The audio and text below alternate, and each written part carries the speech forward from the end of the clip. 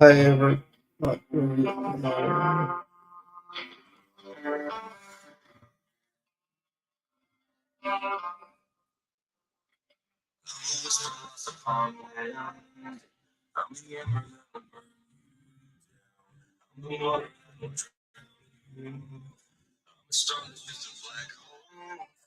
got one on.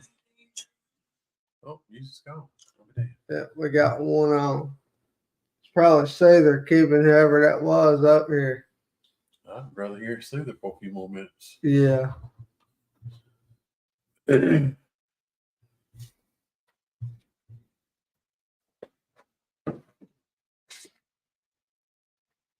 there. Remember to drop your name by your comment. StreamYard doesn't allow us to see who it is. But my name's Riley, and this is Father here. We're coming back to you with another weekly Wednesday night live. Excuse me. Got a few updates and wanted to discuss the past investigation this past weekend a little bit. We were a little bit upset about that.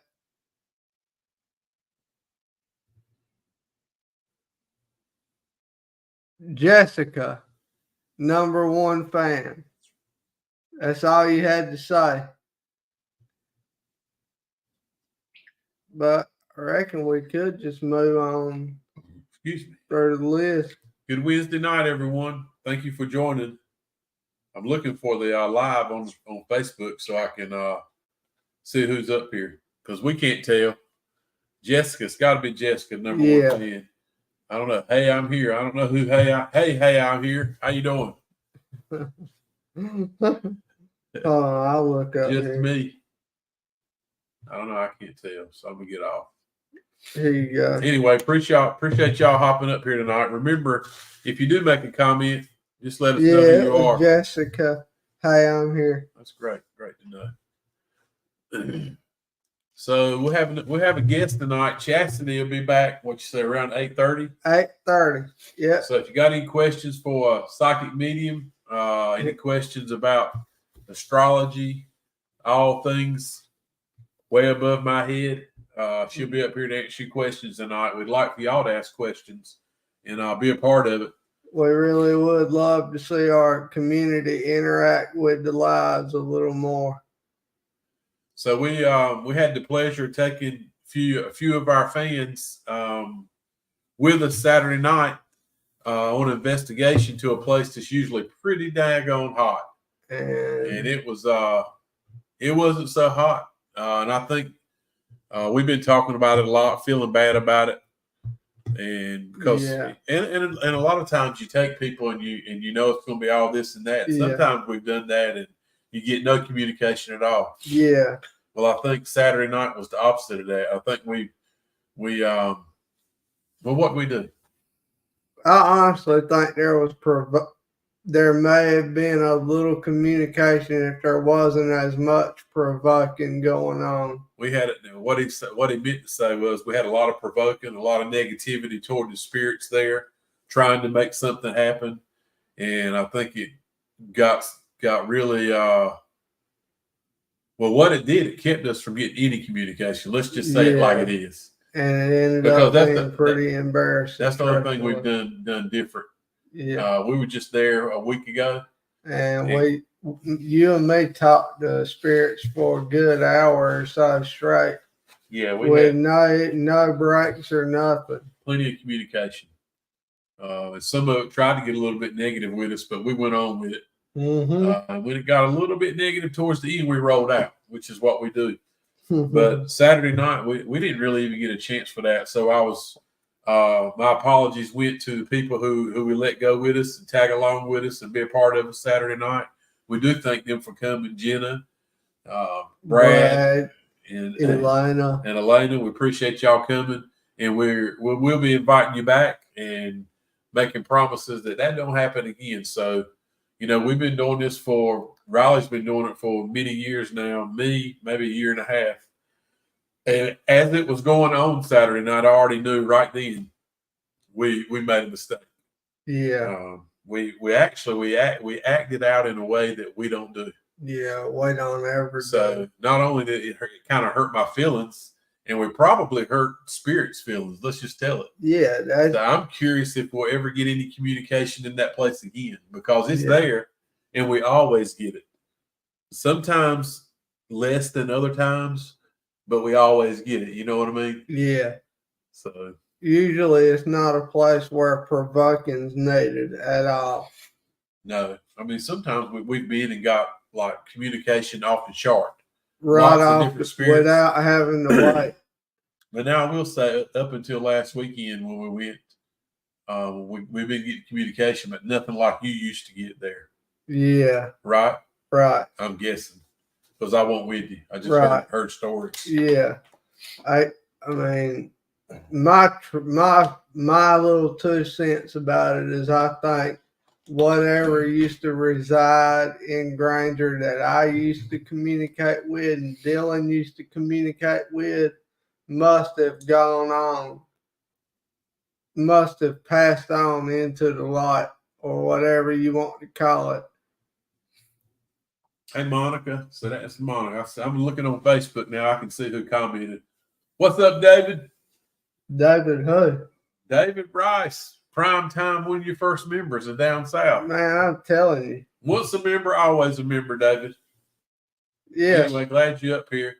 Nice to have you, sweet cheeks. I was going back and listening to some. Look who just Snapchatted me too, David Rice. I was going back looking. I had a old recorder today, and it probably has a dozen EVPs on it from recordings where Riley and David and Dylan were on it.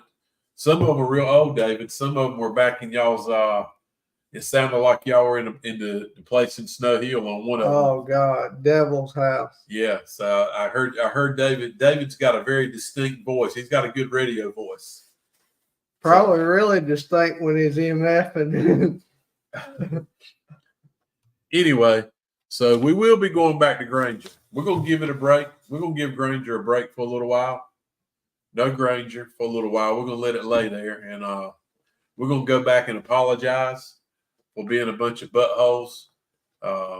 Yeah, and see if we can get the chain of communication going again in there at some point down the road.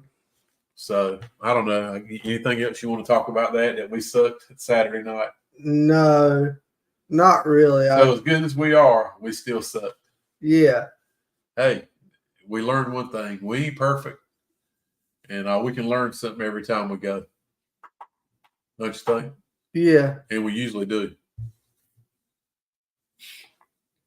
I will say that Down South is looking forward to a big investigation we got coming up here in April 20th and 21st. And Jessica said she missed the live. Jessica, I'll be honest with you. We started doing the live, and it got so ugly and so bad, we just stopped the live because my daughter was there with us. She was recording. She was like, "Are we really recording this?" You know, it was really. We acted a little. I say we are, because whether it was one or all of us, we're a team. So we as a whole, we just didn't.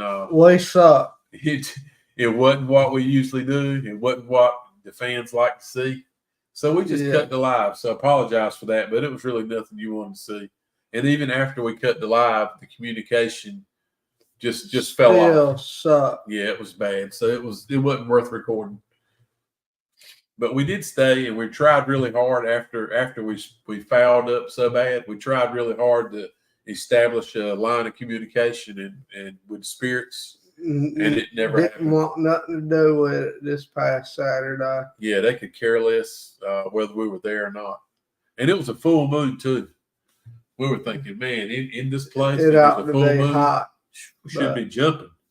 That was the total opposite.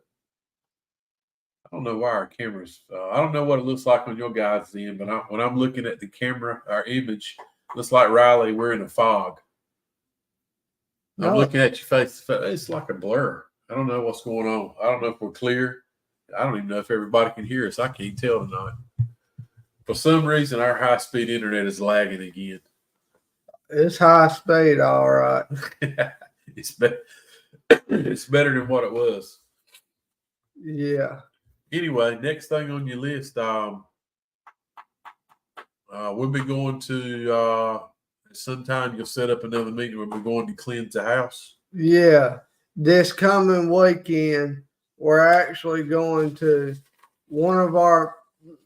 we got to call somebody feeling a little uncomfortable in a certain location in Kinston, wants it checked out for the safety of his family and his son that will be moving in it. So not really that he's saying there's nothing negative in it. He just wants us to check it out, just to make sure and cleanse it while we're there. So Riley's bought a fresh batch of sage. I mean, some nice sage. Yeah. And we're gonna go smoke it out. That top of the shelf stuff or top of the line stuff. We are talking about sage, right? Yeah. Okay. Either way, yeah. Some of that good product. Yeah, I hear you. It does look good anyway. Big Smo's live right now at the same time we are. Really? Yeah, Big Smo. Sorry, I jumped off course. Big Smo's live. From Tennessee. So we'll line that up. I don't know when you can get it worked out. But we will be ready to go cleanse that house. Check it out. You never know. We might find something, and we probably won't. But while we're there, we'll cleanse it anyway. And it'll be free of any spirit negativity or activity. Yeah. Try to get something that's maybe more deserving of the life to cross on over. Yeah. And let go of the past. So I was looking over here. I'm going to try to share the screen. What is it? Oh, Trebek Clinic. Fairfest.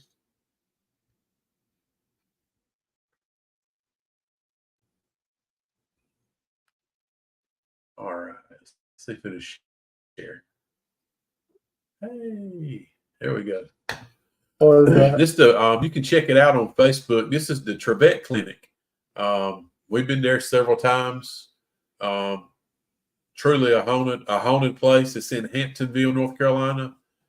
But anyway, this will be where the Parafest takes place on April the 13th, which is a Saturday. They'll have lots of guest speakers there. Kerr the Medium. I don't know. I've never heard of her. Doesn't mean anything. I haven't heard of a lot of people.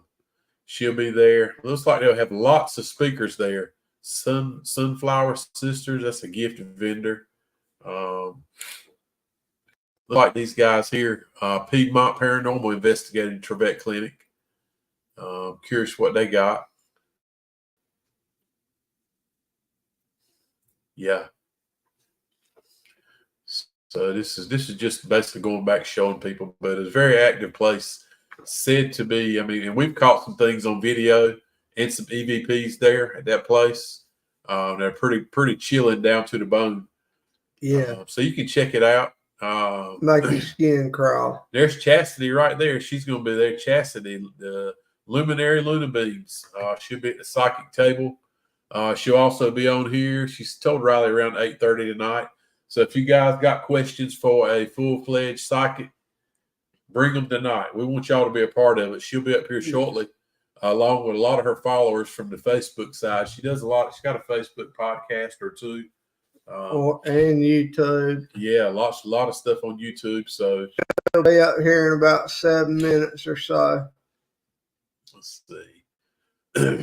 There'll be a lot of people here. So anyway, April the 13th, we'll be heading to the Trebek Clinic for the Parafest. Our first ever Parafest.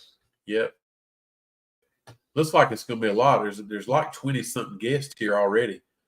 Just different speakers and things, which I feel like that'll turn out pretty good. Yeah. So, Crowley is the guy's name. What's the name of his? He's got a paranormal team also. What's the name of his team that's putting it on? Not 100%. Paranormal something. Man, our internet is really upsetting me. Jesus. Sure. I really don't know. I think he put this thing on. Dustin Crowley is his name. The Witching Hour. That's a vendor there. PD Region Paranormal. That's a paranormal team. PD Region Paranormal. Charlotte area paranormal will be there. Yeah. Lots of paranormal teams. Association of Paranormal Study. Not sure what that is. Dead is not the end. Gold Dust Publishing. Let's see. There's Dustin Crowley, coordinator. Oh, Great State Paranormal. So check him out. He's the guy who's actually lined all this up. My understanding. I may be wrong from speaking out. Sorry about that, Dustin Crowley. Never met you. I guess we'll get a chance to meet you when we go. Looks like they're based, Dustin Crowley and Great State Paranormal is based out of Wilkesboro, North Carolina. Yeah. Been in the paranormal community for over 15 years. So I bet he can tell some stories also. Anyway, so what else you got on your list, homeboy? So that's the Parafest. We got that April the 13th. We also got it on our calendar now. On the 20th, we're actually going to the actual District 12 itself, where they filmed the original portions of the original Hunger Games. Oh, don't say it with no more excitement than that, I'm telling you. Oh, you might scare somebody to death with all that excitement. I'm kidding. I know, I could kind of feel sarcasm. I almost fell asleep. I almost fell asleep. So yeah, so you can man, this looks like a really old place. It is place. It is old. It started in the 1800s. Oh, sure, that could be why. Excuse me, my nose is stopped up still. But this house on the screen right here, this is actually Henry River Mill Village. It's up close to Hickory, North Carolina. It's in the rolling hills. Pretty cool place. 75 or so acres, which is actually a small village town. Started off with the cotton gin. And I think there's over like 35 small houses where the workers and the people in this village lived all their life. There's a picture overhead of it, kind of what it looks like with some of the houses that are still there. This place is going to be awesome. We've been trying to make touch and get in touch with people here for over a year. Yeah. And all of a sudden it just clicked, and man, it happened, and they finally got back up with us. And we are stoked about going. So like Riley said, this place was, they actually filmed some of the Hunger Games movie. The District 12 part for Hunger Games was filmed here.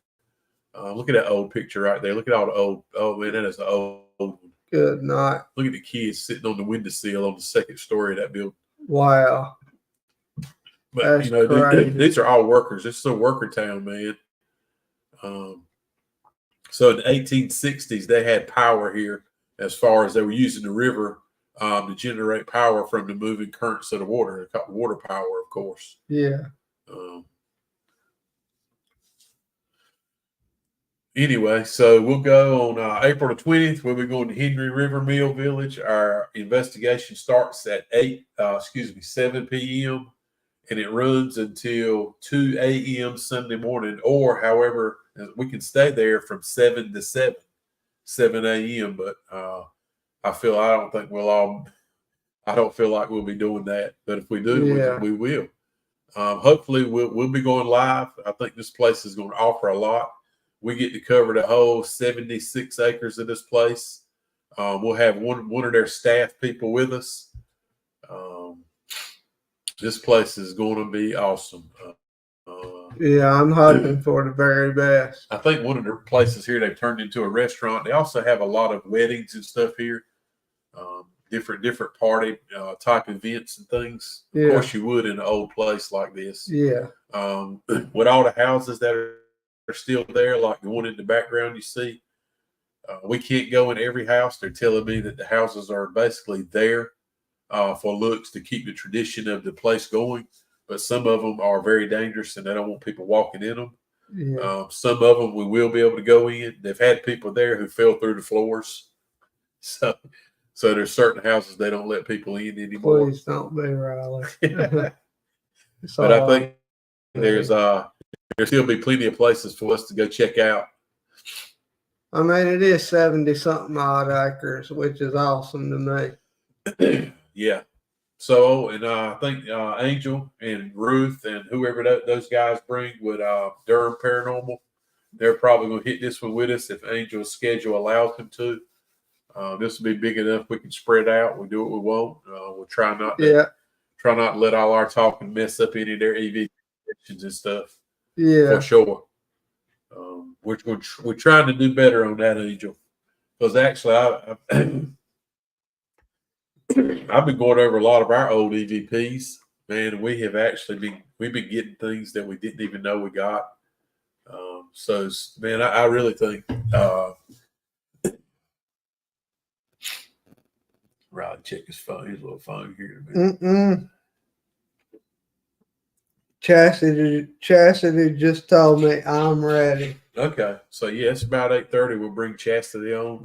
Anything else you want to talk about Henry Mill? I mean, I'm excited for it. I'm hoping for the best. Tonight. My nose is tighter than a tick. I'm hoping that'll be the first place that we can get those new REM pods to work that Angel built us.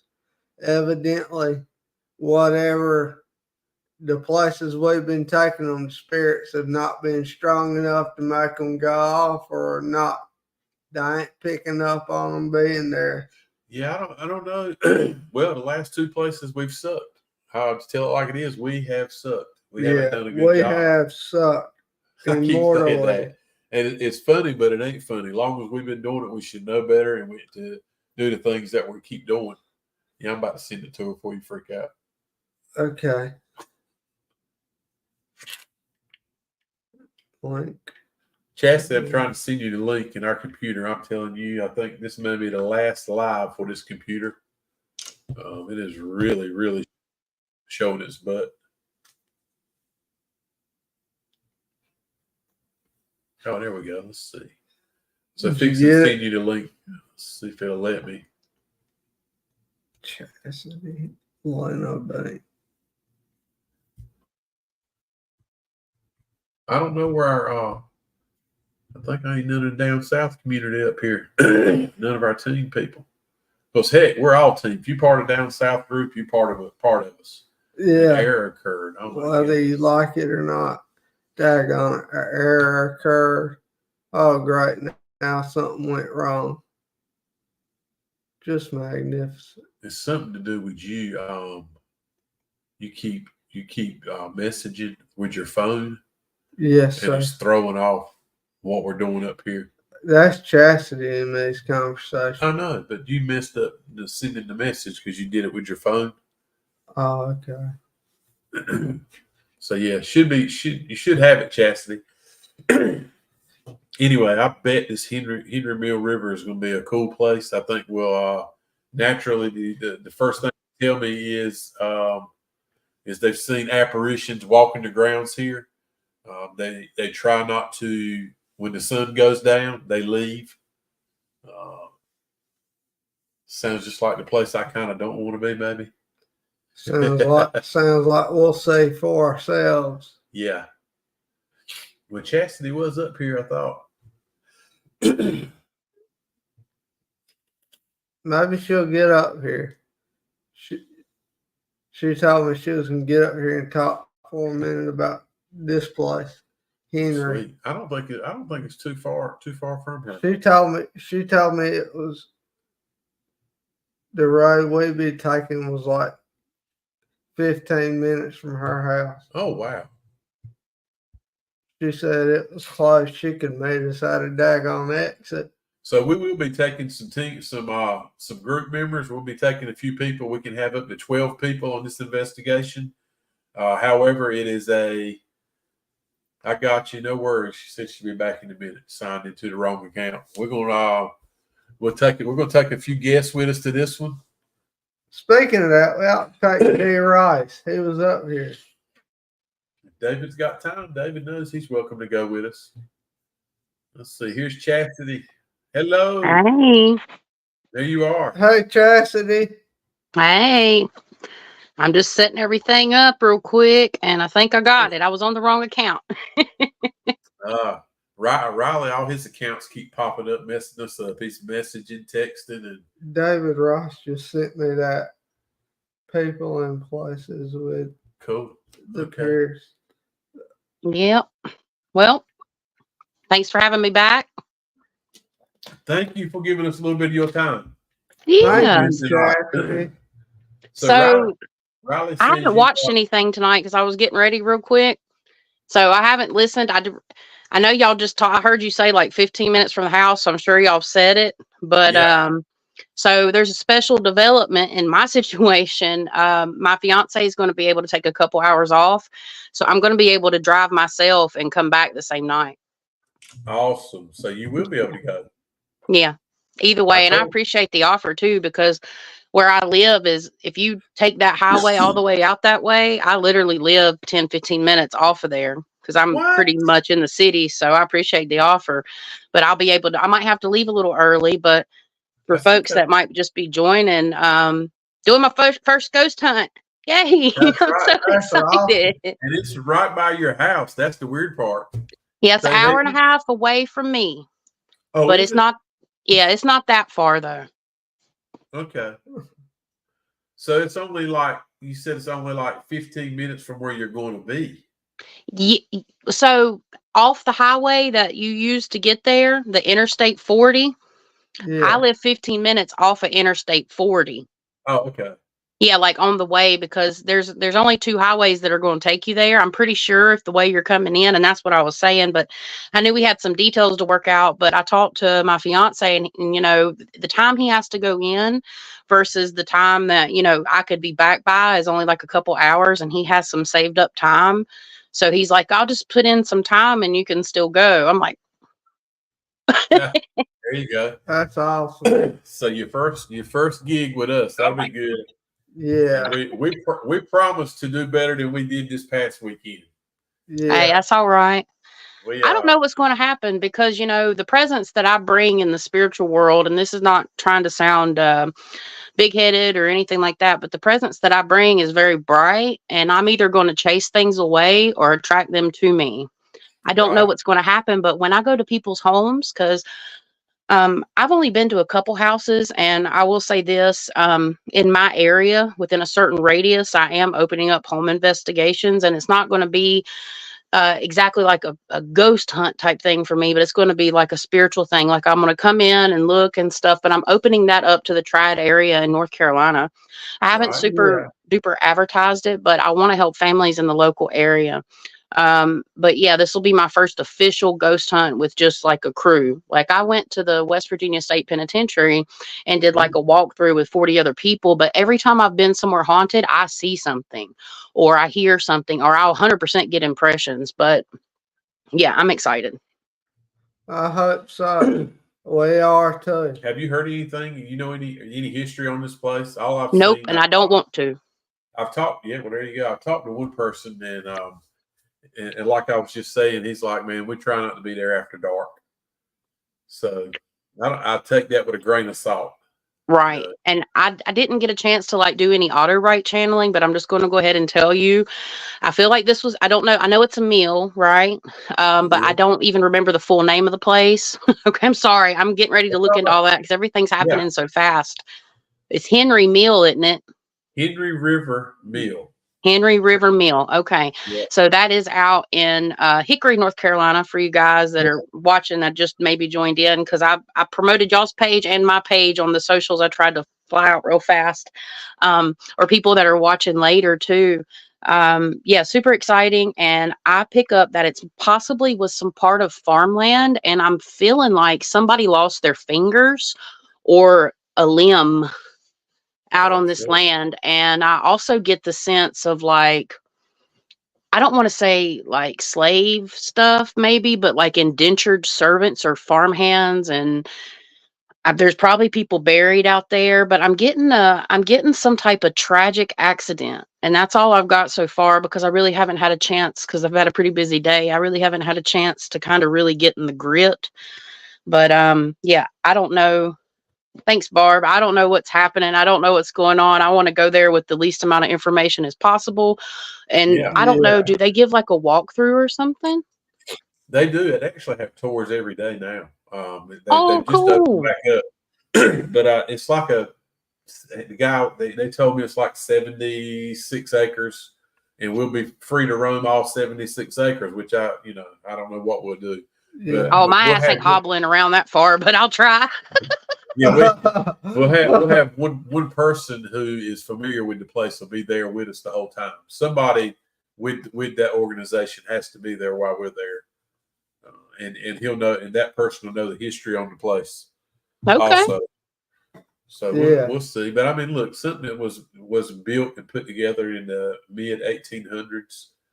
I mean, there's got to be all kinds of history there. Yeah. Yeah. And like I said early on, cotton mill, all different things going on. There was some accidents for sure. Yeah. And that makes me wonder too. I know that the slavery stuff ended in the 1800s, but there's something attached to like at least indentured. Is it indentured slaves? I think that's the name of it. It's been a while since school, but I feel like there was people that at least stayed and worked there for money, and maybe even had like outbuildings at times because I feel a strong like male presence there. Yeah. One that's kind of like angry too. Oh, yeah. I already kind of feel him coming in like he's the one that owns the land. This is get off my lawn type energy. So there's definitely angry male.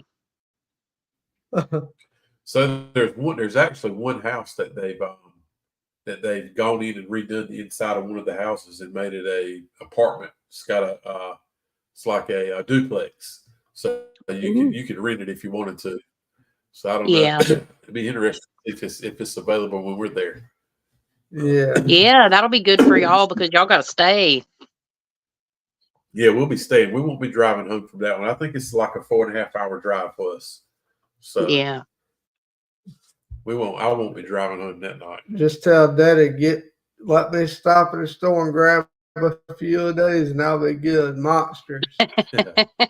I'm gonna sleep in late, which I do some days anyways already, but I'm gonna sleep in late and get it together because the Easter bunny's got to come later that night when I get home. So I told the kids I was going to make them a cake. I was going to get one of those hollow chocolate Easter bunnies and get some like chocolate icing and get those little Cadbury like eggs with the shells, the little tiny ones, and make the Easter bunny leaving little Cadbury trail eggs, pooping them out. I was being silly with the kids. So happy Easter, everybody. Yeah. But yeah, super excited. Like I'm radiating right now. I've been wanting to do this for a long time. So thank y'all for inviting me along. And I told Riley, I was like, I'm manifesting this. I'm figuring out some way. Something's happening. Something's going to give. And did it. And so thank y'all. I told him, I was like, man, she can't be far out of the way. We'll just swipe in there and pick you up and take you and drop you off. We're too close for you not to go. Yeah. Yeah, and that's why I said when you come out towards Winston and stuff, like, and the place you're wanting to go to, that hotel, I know all about that. I already know because I already got psychic impressions of it and the things that happened. And I had a really cool video idea. And like, I definitely am going to make a video. And we got to try to get y'all video made of this location too. So I'm hoping I can help y'all out with that. Sweet. That would be sweet. So Jessica is up here. She's our number one fan. She's actually probably our first follower in the group. She wants to know what kind of medium work do you do? So I am a psychic medium and an astrologer. I specialize in the paranormal and spiritual guidance. I can contact past relatives, and that's something that I do as well. But it's in terms of like things that I specialize in, I help people with spiritual guidance, intuitive development, and unveiling the paranormal. So I can pretty much do most of the work. Every once in a while I'll get into like lost persons, but that's not my thing. I can get more of the details, but I pretty much do it all. So I'm a spooky psychic medium. So I know I have an encyclopedia in my head of a plethora of supernatural things that I have learned over several years through either research or channeling or just working with people from all around the world that have spooky experiences. And we try to give them as much information. I also do remote viewing, and a lot of times, or sometimes I'm able to go into people's houses and try to help clear it out energetically that way. So I don't clear people, right? It's something I want to do way later in the future. Spirit told me in my 40s, maybe that's something I'll do, which is a few years down the road, 3 or 4 or 5, but I clear spaces. And as long as it's taken care of and done properly and the people are doing what they're supposed to do on their end, generally their haunting situations get better. So that's what I started out doing. And now I do astrology too and all that kind of stuff. But thank you for asking, Jessica. So That's awesome. the solar eclipse hadn't taken place, or has it? April 8th. So we just had the lunar eclipse, which is emotional, like people are dealing. So you've probably known somebody to have an emotional meltdown in the last, let's say, 5 days around you or a friend, or there may be some unexpected things that's happened that rises emotions around even like court and law and justice and kind of the things that's happening with P. Diddy. Sean Diddy Combs, the justice and stuff, and bringing that to light, it illuminates things. And the solar eclipse is going to be more outward type energy. So people are either losing sleep or they're sleeping too much right now. What? You said April 8th for the solar eclipse. Yep.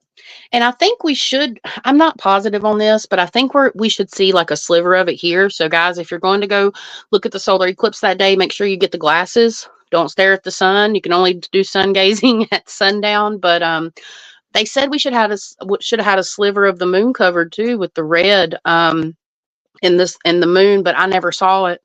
I was really upset because they said there was going to be a tiny bit, but it's fine. I saw it a few years ago. But yeah, the solar eclipse, we should have a partial one here. But it's actually crossing right over that area in Texas where the border's at. And it's occurring. I can't remember which sign it's occurring in, though. I'll have to look. I know there's some towns that they were saying, like towns that are nothing really there. And all the bed and breakfasts everywhere is getting booked up where people are, going way out just so they can see it. Yeah. Yeah. That's wild. I went to Asheville, North Carolina to Burial Brewing in 2017 with my brother and my fiance. My brother was still too young to drink at the bar because my brother and sister are twins and they're 12 years younger than me. But we went out there and had a couple beers and watched the solar eclipse there. It was pretty cool. Right. Yeah. I don't remember the last one I saw. I really don't. I don't remember. That's terrible. That is terrible. I don't either. Man, I might not even be old enough for one. Yeah, oh, well, they happen. Well, and you know what? That's kind of factual because they have happened here and we had one in 2017, but they don't always happen on this side of the earth. So you're right. If you hadn't seen it, you probably did miss it because sometimes we don't get the eclipse at all, but the energy's still present and they happen twice a year. So generally once around the spring and fall equinox, right around that time, and they're always 2 weeks apart. So you always have a lunar and solar eclipse right side by side. Very powerful energy when it comes to astrology. So definitely, if any of you guys have not seen a full solar or lunar eclipse, stay up, sacrifice some sleep. Like, it is a beautiful event. But they say in spirituality, you're not supposed to stare at the lunar eclipse because of the energy and the darkness that brings. And that's an ancient traditional practice, right? But for me, I'm up there taking pictures, but I also embody my shadow side. So I don't know. I'm mixed feelings on that. When was the lunar eclipse? Monday at about between like 12 and 3 a.m. So Monday morning. Okay, it had nothing to do with this Saturday night. No, it can actually. You have you can. So you said Saturday night you didn't really get that much happening. So have you already talked about that on this live? Yeah, we talked about it. We did some things wrong, and we did some things wrong for the place that we went into. Okay, I'll rewatch. I was just curious. I'm sorry. Yeah, we had some guests with us too, and we were like, I know it's going to be really active at the location we went to, and because it always is. And it wasn't. We did way too much provoking, and we just did things the way we don't do them. Right. And it bit us in the butt because not long, after all that took place, we got no communication for an hour and a half, and we just left. Which is this place. Riley and I were there a week ago, and we got literally. I mean, we got some serious banging and stuff being moved and to the point we left. Yeah, so we got run out of this place previous week ago. And wow. I don't even get scared away that easily. Yeah, I understand. It's going to take a lot to get me running.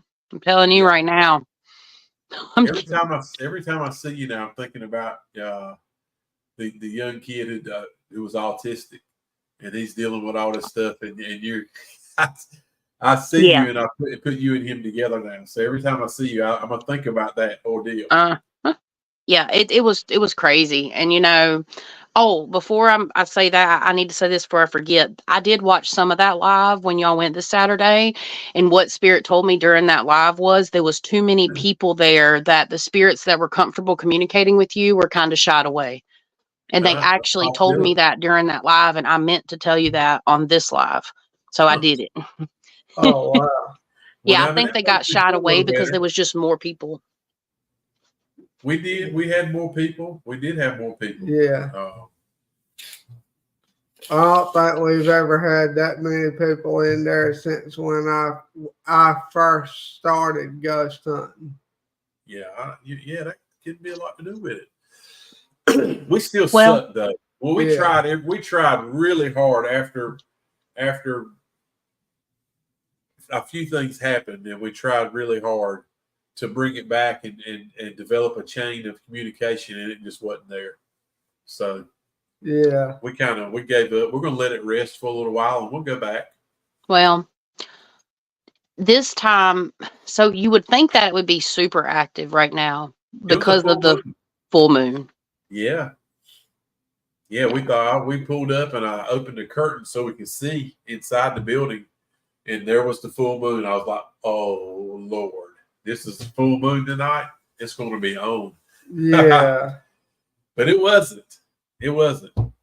Well, I don't think we had not one REM pod go off. None of our equipment. We heard it. We heard a few voices come through the spirit box. Nothing with any value to it. Yeah, nothing to really get your attention. But hey, it's not the first time that's happened. I do want to say this about that location. I was talking to Halo, and I feel like so I was visualizing the space before I seen the actual, like the basement area, and I saw like a brick column made out of brick in the basement, like visually before I ever saw the pictures. And near that brick column, there is this portal. There is a portal there. It's a portal of energy. And I told Halo, I was like, if you go stand near that brick column, you're going to kind of feel sensations in your body. Somebody that's clairsentient or sensitive to energy, you could go stand by that brick post and either feel like you're falling through the floor, you might get a little wobbly or a little dizzy, you might even have paranormal activity. So I don't know if y'all have put any things near that post, because she told me what she saw at that post, and me and her talked about it, and there's some really creepy stuff there.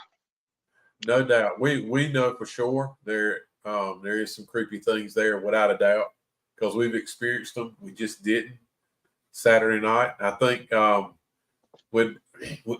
think Halo, if you're up here, I'm not talking about you. I'm talking with you.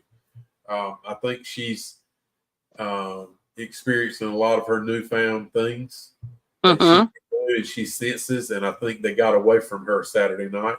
Yeah. And with all the things that she senses, I can understand why. It's a lot going on and a lot to take in. Yeah. It is. I think she's going to have to learn how, and we talked to her. She's got to get it under control, or it messes up the investigations for everybody else. It's possible. It's a good possibility. And I know we've already talked about it publicly. So I'm working with Halo. I'm supposed to meet with her this Friday for like just a fun channeling session. But unfortunately, since this popped up, I'm going to have to push it back. If Halo, you're watching, I'm going to message you, dear. But I'm starting a mentorship program. I'll go ahead and bust the news here since this is special announcements.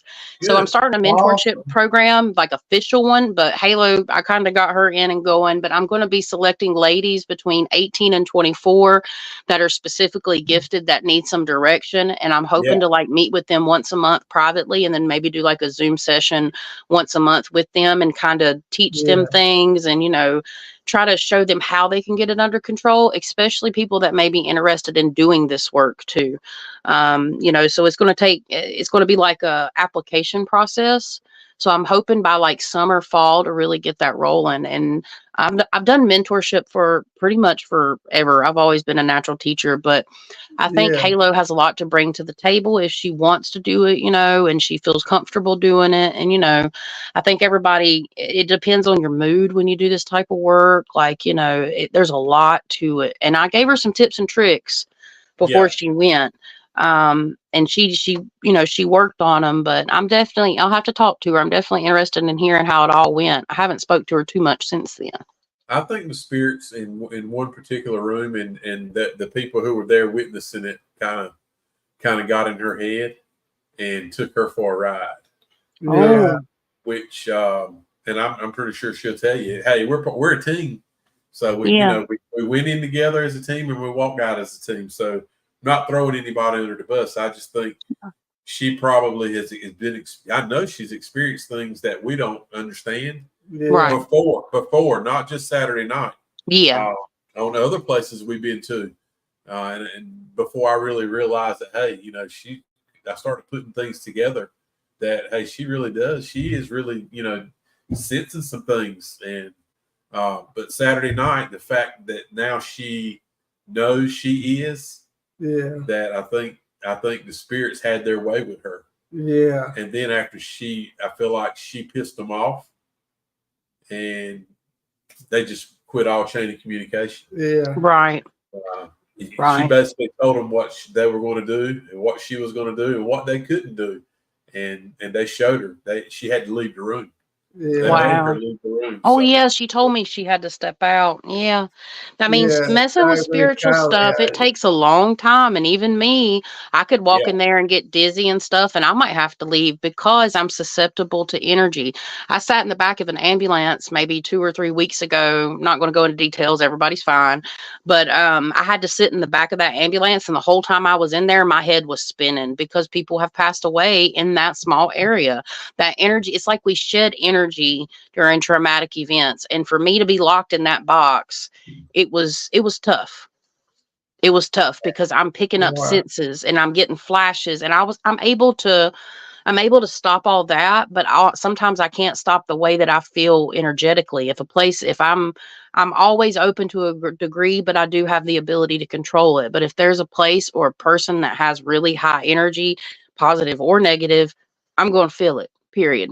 So I'm going to set up some parameters and stuff. Like, I'm going to remain open. I communicate with dark and light things. It's not that I want to communicate with dark things. I have to with the work that I do.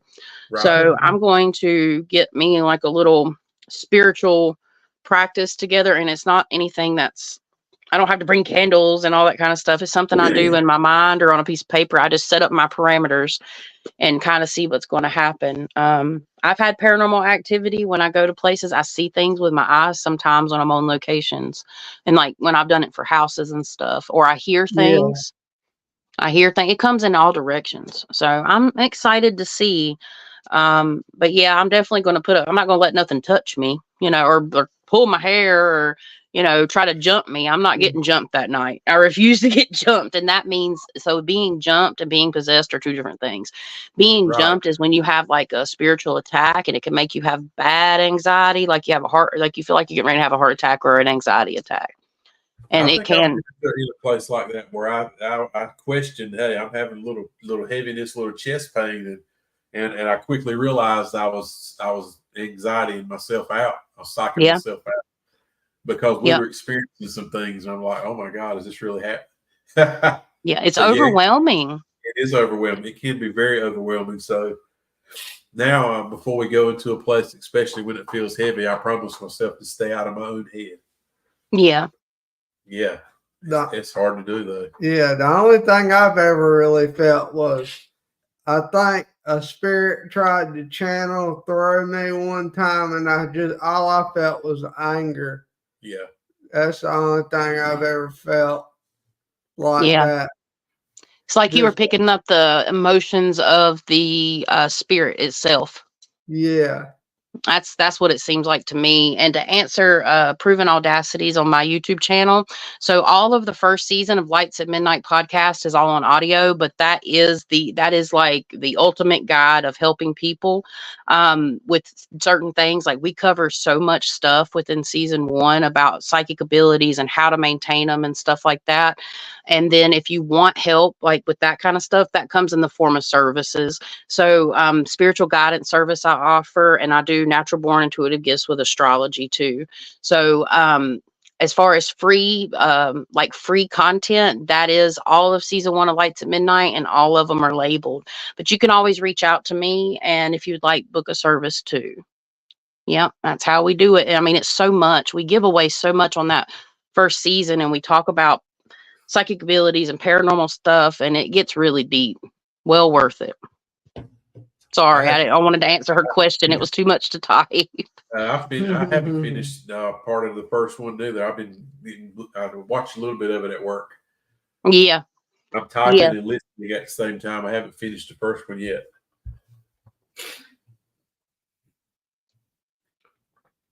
No, I like listening to the podcast. Yeah. I'm glad you like it. Yeah, it's a little bit of banter, a little bit of information. My head's just all over everywhere. Yeah. I can't ever sit down and actually stay down and listen to it. Yeah.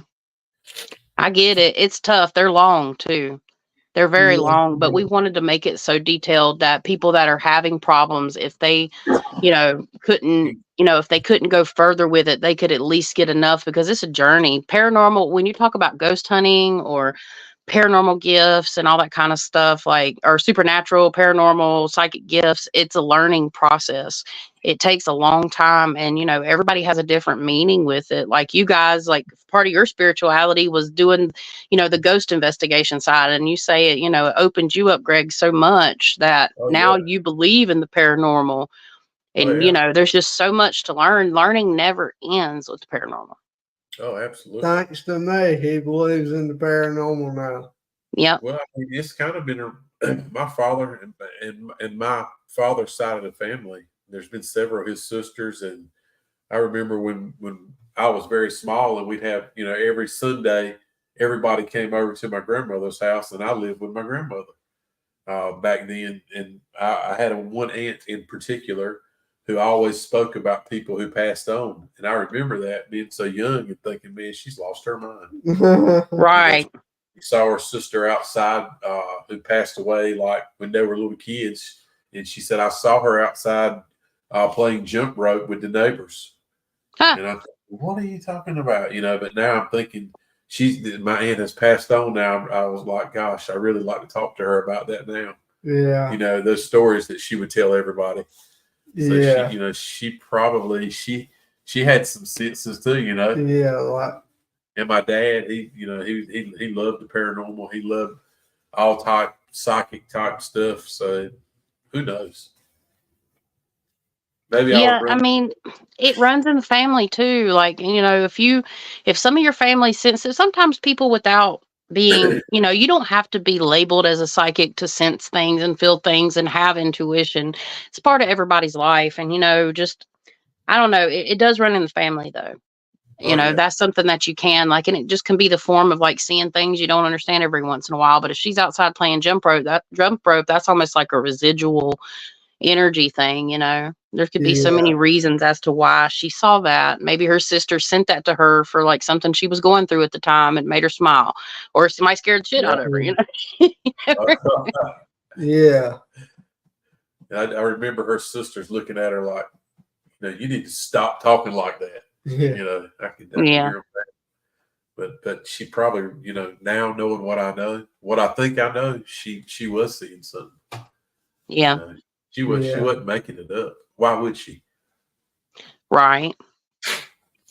Yeah, it's been wild. It's been a wild ride over the last 4 years, but I am so excited to be a part of this, and we're going to see what happens. I have a feeling we're going to get some stuff. I really do. And hopefully with the information, like with the ghost equipment and stuff and everything, maybe I can help give y'all some clarity to kind of what's doing it. How, it's just going to be kind of new for me. Like I do this at that's home awesome. in my room. I can't wait for you to meet Angel and his wife Ruth, because Ruth is they're if his schedule allows, and I'm like, I really feel like it will. Angel, I'm not putting words in your mouth, but I am. Angel will be there, and I want you to meet him and Ruth. But Ruth she's got some serious abilities too. Yeah. So I think. Oh yeah, that's right. I'm excited to meet them. He messaged me about his box, and I'm going to talk more to him about that very soon. And I've sent his information to other people too. So I know the people that are interested, eventually they'll definitely probably get back to him. Everybody's got things going on, but I definitely am interested in getting a what's it called, REM pod. Oh yeah, big squeal. Yeah, must be up here now. I want to play something for you. I don't think I'm hoping you can hear it. I don't have this set up correctly, but I'm gonna slide our microphone over by the speaker. So Saturday night, I recorded for an hour and 50 minutes, and I'm like I said, I'm terrible at going back through our recordings, our EVPs, to see what we picked up that we couldn't hear with our naked ear. Okay. Let me turn this up as far as I can. I'm gonna put my face up here. So now we're in the basement of the Granger, where Halo was dealing with some things. She was in one room. This is the first room. Halo had left out of this room, and she went to another room, and she was she was in her own world at that time. I'll leave it at that. So the spirits that were there and active, they took a hold of her. And that's part of it. That's part of channeling, because you kind of disassociate. So if I'm quiet and I'm like looking up to the right like this, it's because I'm receiving information too. I get it. So we were in this room, and we were not getting we weren't getting any communication like we usually get. Yeah. So I took this recording and I grabbed it. Riley and I listened to some of it yesterday. So almost 2 hours. And we got into like 12 minutes of it, fast forward, and I stopped there. But there was something that really caught our eye. Something in the room scared someone that was there. So we're in the dark. You can only imagine, pitch black dark, place you never been in. And you hear Riley's talking, and then all of a sudden you'll hear, I cannot make it out, but you'll hear it'll make the hair stand up on your arms. And I know that none of us heard it there that night, because you would remember this eerie feeling. Okay. So I'm hoping you can hear it, and y'all, all the viewers, I hope you hear it. Let's see. If not, I'm sorry. I'm putting my face up so I can hear it. So we're laughing. Did you hear that? So I'm gonna go back. So Riley said, "Who was that scared Mr. Brad?" Okay.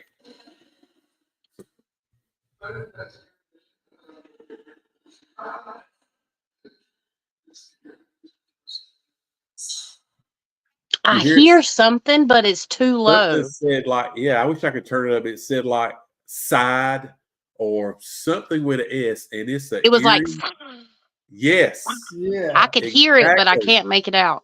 And so we keep going. We don't never notice that. So it's amazing the things that you pick up later.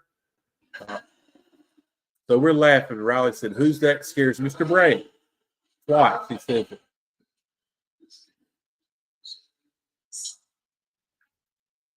I hear it, but it's already so low. Maybe like if you could screen record it. How did you record? If you could like record it, let's say you have your cell phone, because if it's a recorder, could you put yourself and this is later on, you could like record it with your cell phone close and then send me the video and I can try to tell you.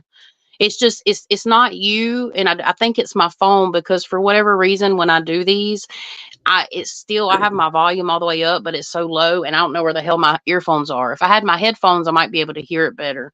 but I hear something. It's like, I probably could hook up. I probably should have hooked our speaker up where I could play it really loud. I know there's a way I can play this. I don't know how to do it through StreamYard where all the viewers hear it, not through an external microphone, but through the actual computer itself. But I found another place like 3 minutes from here. We're walking out of the room, and in the background, I heard the exact same sigh. I don't know what it is, but it has a meaning, or it wouldn't have come across twice.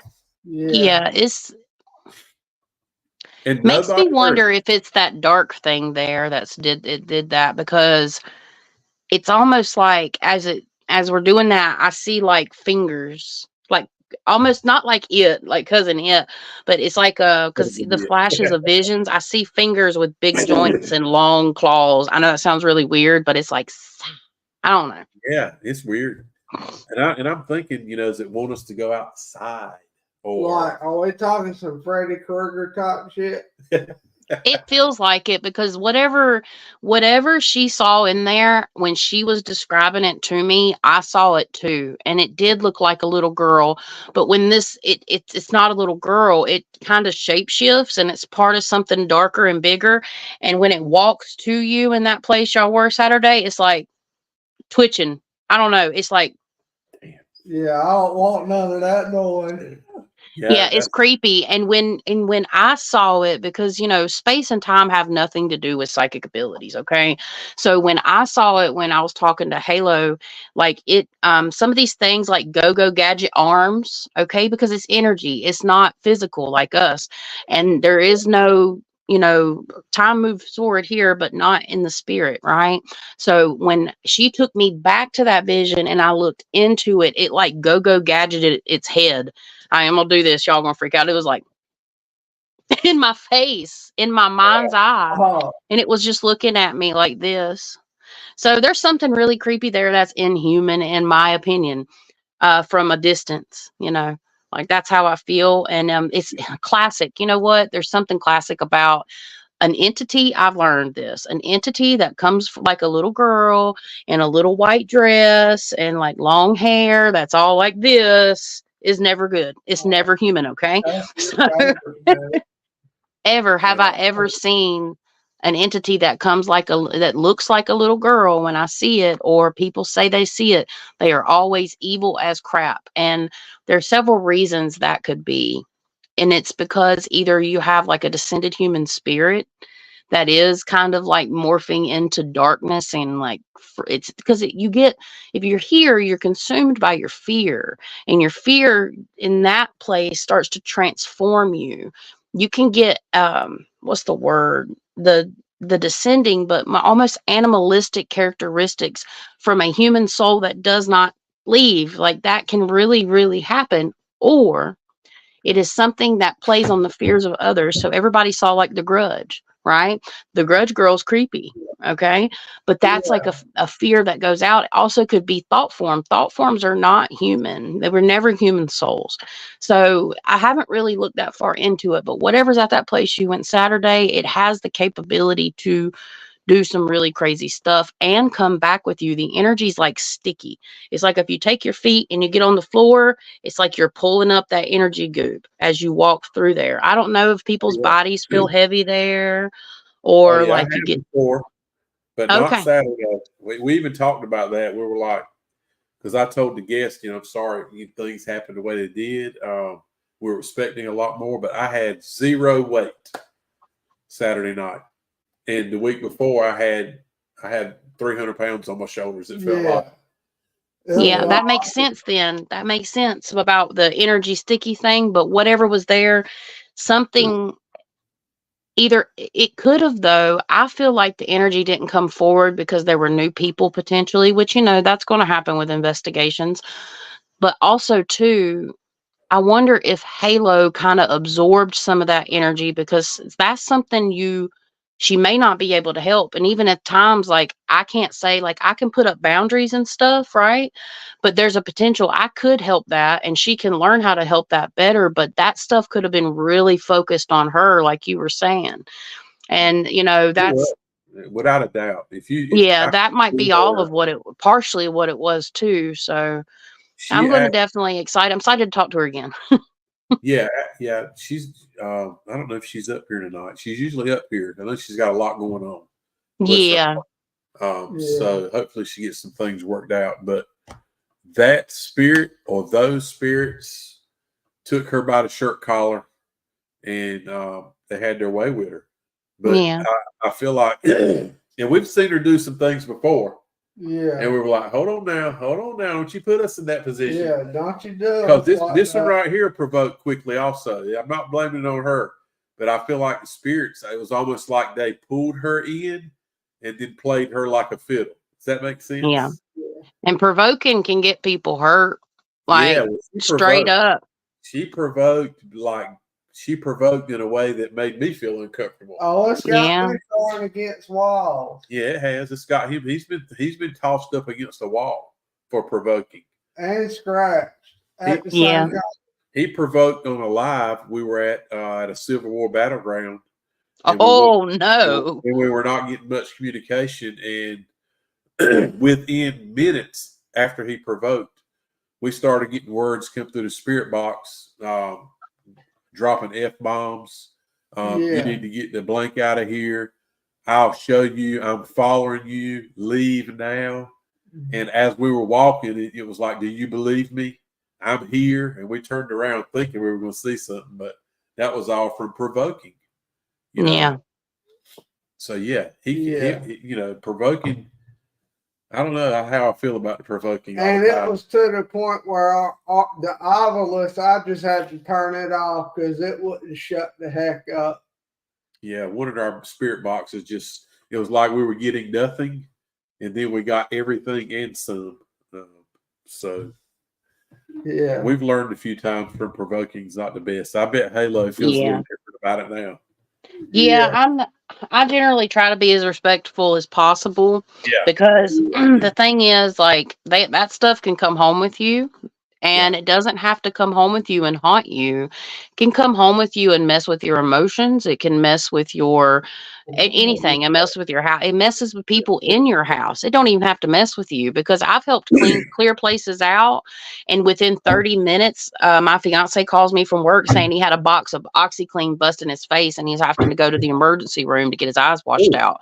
And I've had several things like coincidences that have happened where I've helped people and I've got backlash, and it didn't come to me because it couldn't get to me. It got to somebody else that was either not expecting it or didn't understand they needed to set up barriers. So now in my house with my family, I tell them, I've got to do this tonight. I'm setting up. I have parameters I have to set up. I have to prepare everybody.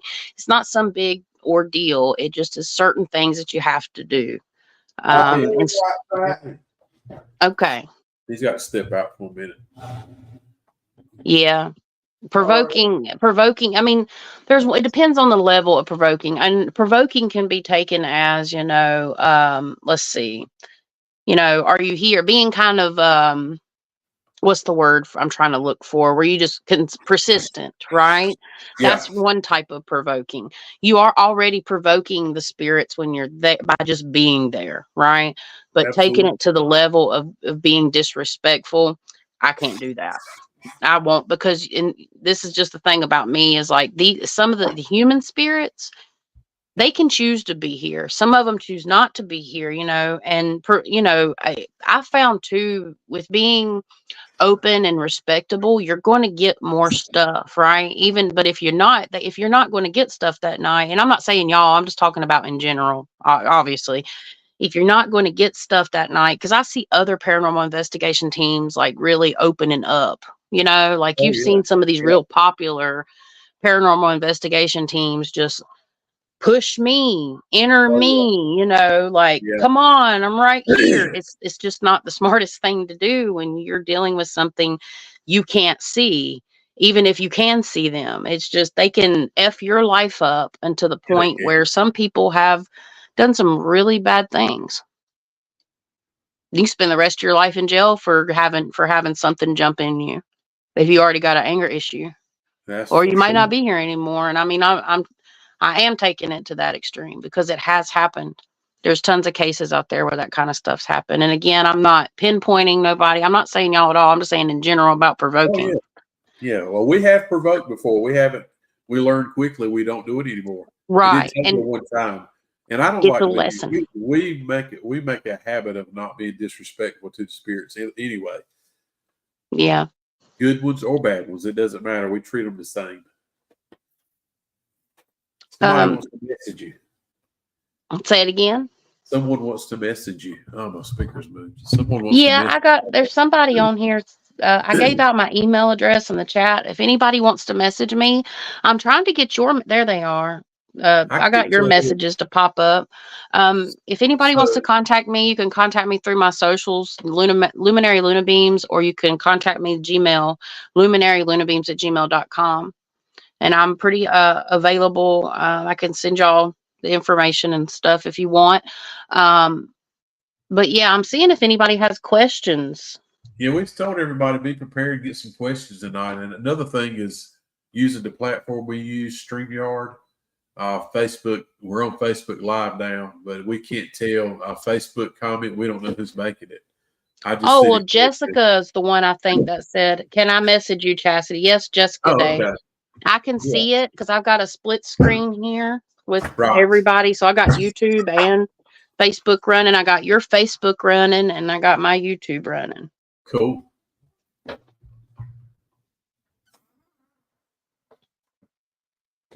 Yeah, I keep to myself too, Becca Boo, and they find me. Not as much here lately because it's like once you start to really understand how energy works in general, or at least get your truth and have a general understanding, and you have a great connection with your divine spiritual guides and stuff like that, and you're more positive and you get that negativity out of your life, because we all face negativity at some point. We're all going to be lower vibrational at some point. But again, I talked about this. There's like a baseline. It's okay to be sad, feel those feelings, but make sure you're coming back up to your baseline. But if you're constantly depressed, constantly in a bad mood, you can attract paranormal activity. And that's why you have hauntings sometimes too, because of tragic accidents. I don't have any water. Darn it. Let me holler and see if one of my youngins will bring me a bottle of water. Hold on, I'm gonna mute myself. I all mine too. I don't need to throw up Riley's monster drink now. You don't want none of it? I can't handle it. Too close to bedtime for me.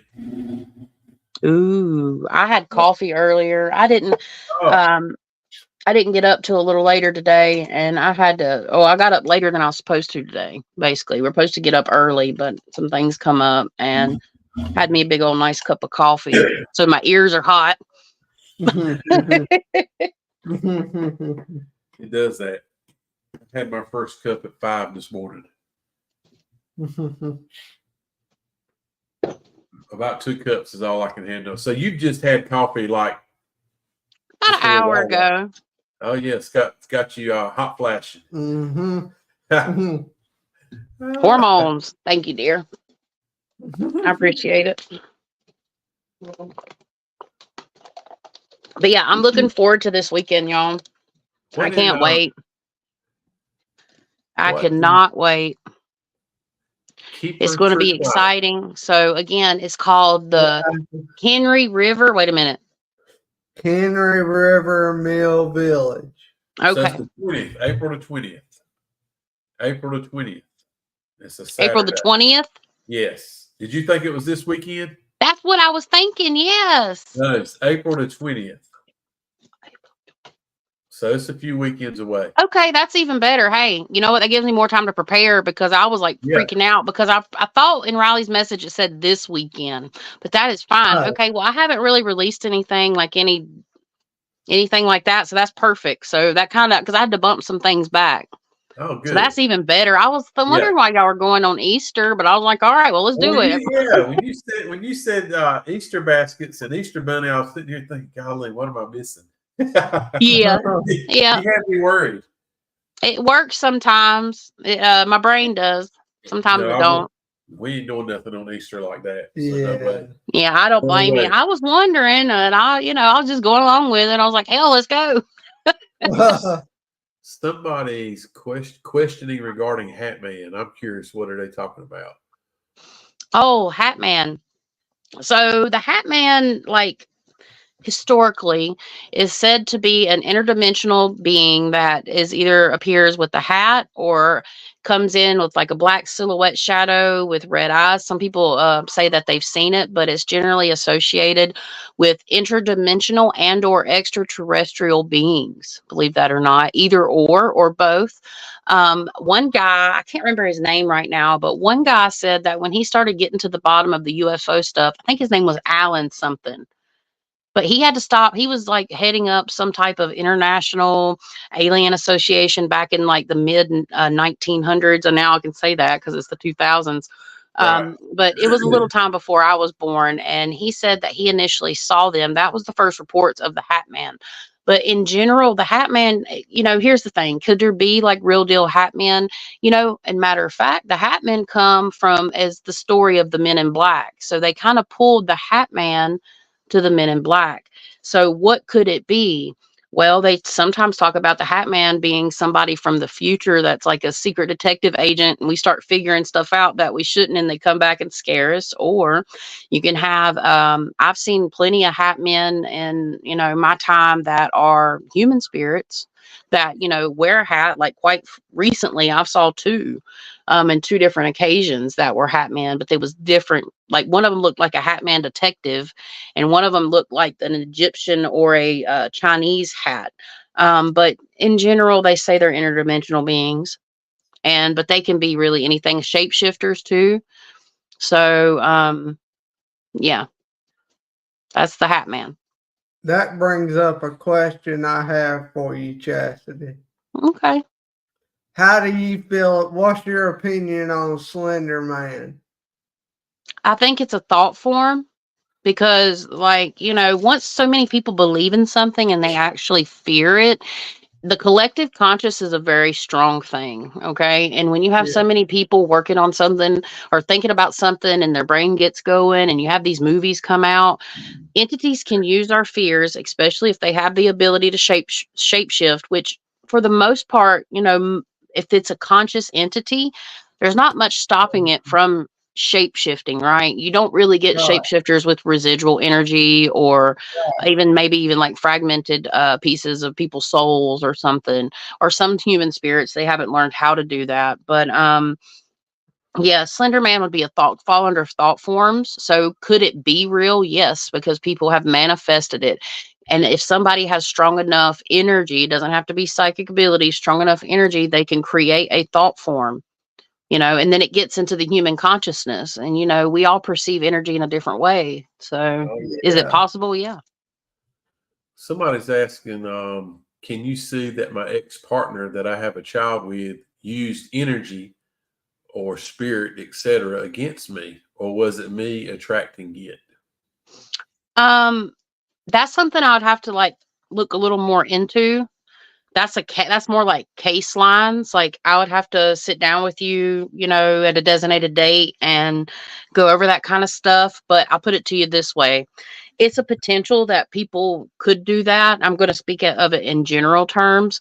It's a potential that people can do that, but at the same time, it's a potential that we attract things too, depending on our mood. If you know of that person doing that kind of stuff, or if you caught wind of it and you feel different, it's very possible. But just remember, those types of things can be broken with, the help. Maybe you could seek out somebody does positive energy healing and like, removing it with, okay, let's just say it. When you have somebody doing like magic or some type of metaphysical stuff like that, you tend to have to denounce it yourself, and you can be non-accepting of that energy. Matter of fact, you can actually tell it to, F off if you wanted to, and that energy in itself, because if we believe that somebody did something to us, even if they didn't, it can happen. And again, I'm covering all possibilities. It's not generally directed towards your situation, because again, that would be a case that I would consider a case material. But yeah, it's a possibility. I'm sorry if y'all hear the neighbor's dog. They leave that little dog outside to bark all night long. And it's distracting. They see something. Yeah, he sees everything. He sees a damn bird and that dog's barking. It's nighttime. He probably saw a freaking street light turn on. But yeah. Yeah, it is possible, but yeah, that's something I wouldn't really feel comfortable giving an answer to. Somebody said, "What does it mean for 3 hat men to show up?" That's interesting, because I mean that means three different interdimensional beings. If it was, 100% legit, but did that come in a dream? Whoever asked that, I can see it. I see it coming across, but I mean that means that they work together, or that entity split off into three Mm-hmm. That's portally. interesting. Yeah, I don't understand all that really. That's over my head, I think. And that's okay. I mean, it took me a lot of research has went into this. I watched a lot of YouTube. I haven't necessarily read tons of books, but a lot of the stuff that I've learned has come from experience. Right. And do I have the ultimate truth? No, I don't. I don't claim to have the ultimate truth. I just speak from my personal experiences, and I ask people to go out and do their research and find all their own stuff. And the more you get into this, the more stuff you learn, and you meet people along the way. I've met people along the way that I've learned from, and that's what makes this journey so interesting. You meet Yeah. good people like y'all. Hands-on experience. You tend Yeah. not to forget what you learned that way. Yeah. Yeah, you so got to sign my forehead at the parapet. All right. Put a big Yeah. star on you. Yeah.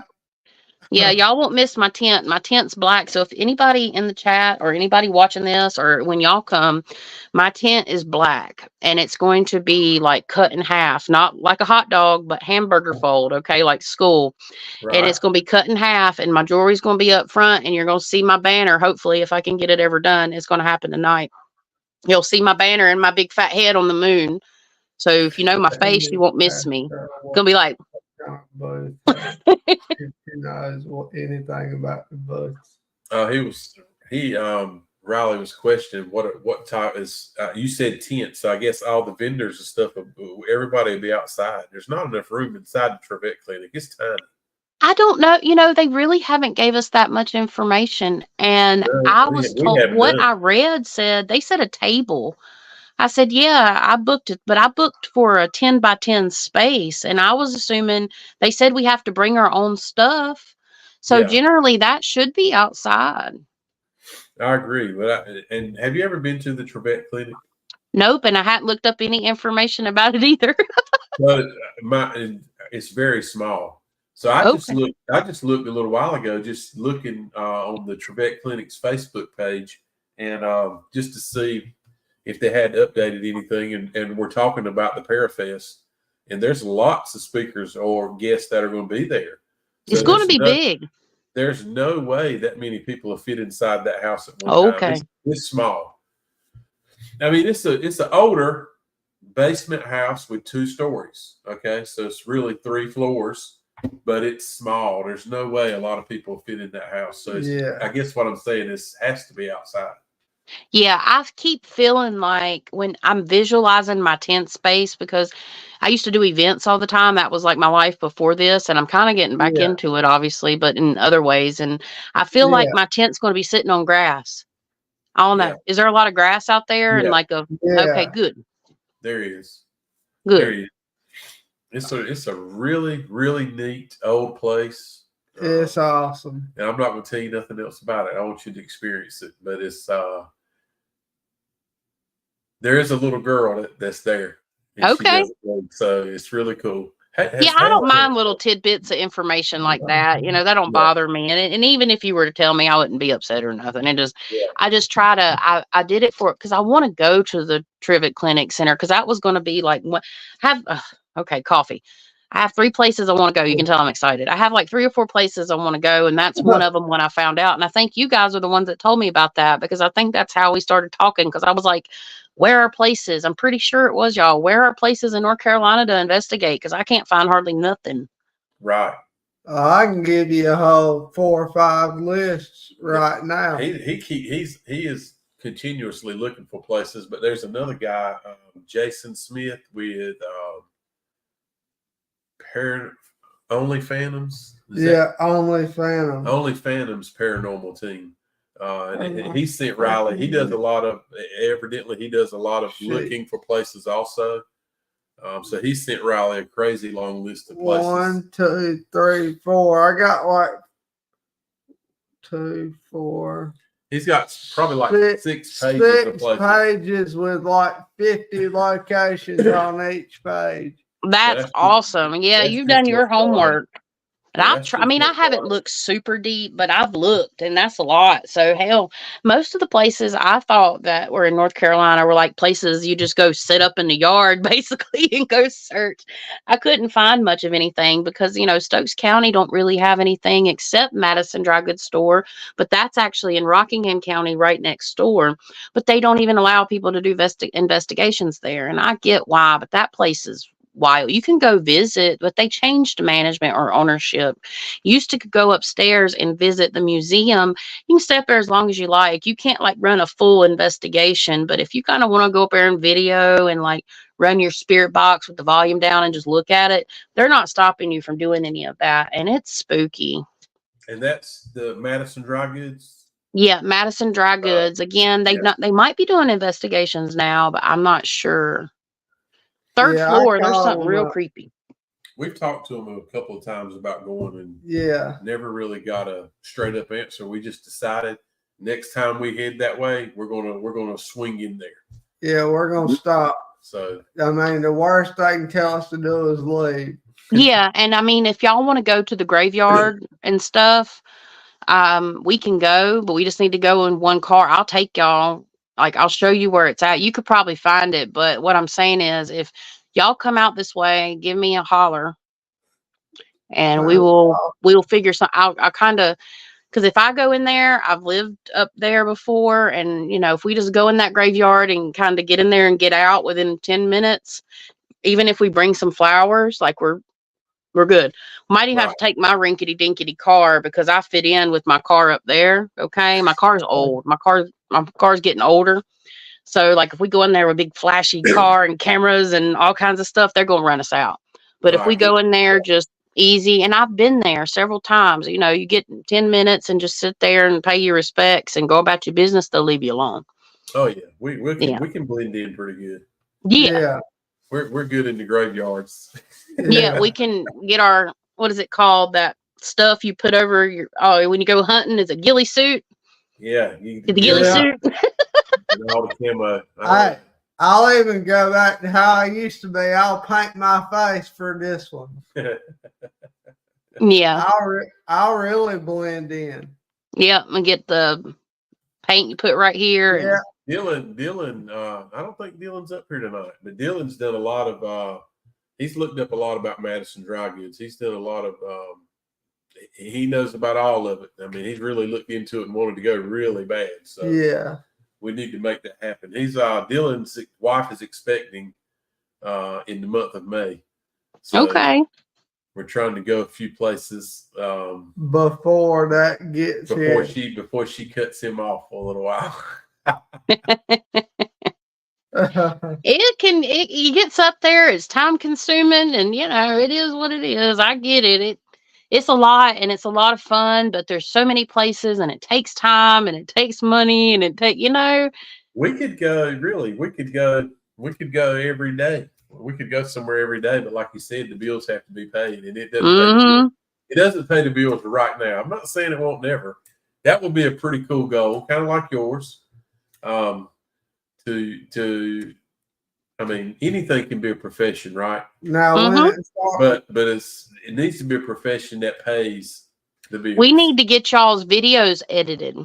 We do. We absolutely and like something, we're gonna have a conversation, I guess, on the 20th instead of this Saturday, which actually probably works out even better. Honestly, I'm actually relieved because I was like, how is my body going to do this? But now that I have time, the only thing I have to do is on the 21st, and it'll give me even more time to like, you know, maybe even order like I at least want a flashlight, one of those that turn on and off. I'm going to get me like a little flashlight or something off Amazon. Yeah. Something. Angel will bring you something. Angel's going. Oh yeah. Actually, Angel will be at the Parafest also. So that's the week before. So I can just actually probably get some stuff made up and meet up there. He'll bring you something with your name on it. Angel's awesome, man. Yeah, he'll. I'm sure he will. Sorry, Angel, putting you on the spot. Try and get you some business, buddy. Right? There you go. Well, it's a good place to do it and draw because we've got a lot of great people that keep watching. I see I got a lot of people coming in too over here. I'm trying to keep up with the chat, but like I don't have the chat in front of me. I have to look over here. So I'm sorry if I'm missing some questions or anything. Thank you for helping me with that because I can't see it unless I like take my attention away. I can, but it makes y'all go away. And I like to. Okay. What is Temu? Somebody talking about Temu. That shame on you for shopping Temu. Yeah. Because I just bought stuff from Shein. I'm trying to make Shein better than Temu. Yeah, same thing. We buy from everywhere too with our phone. But I'll tell you, and I've said it before.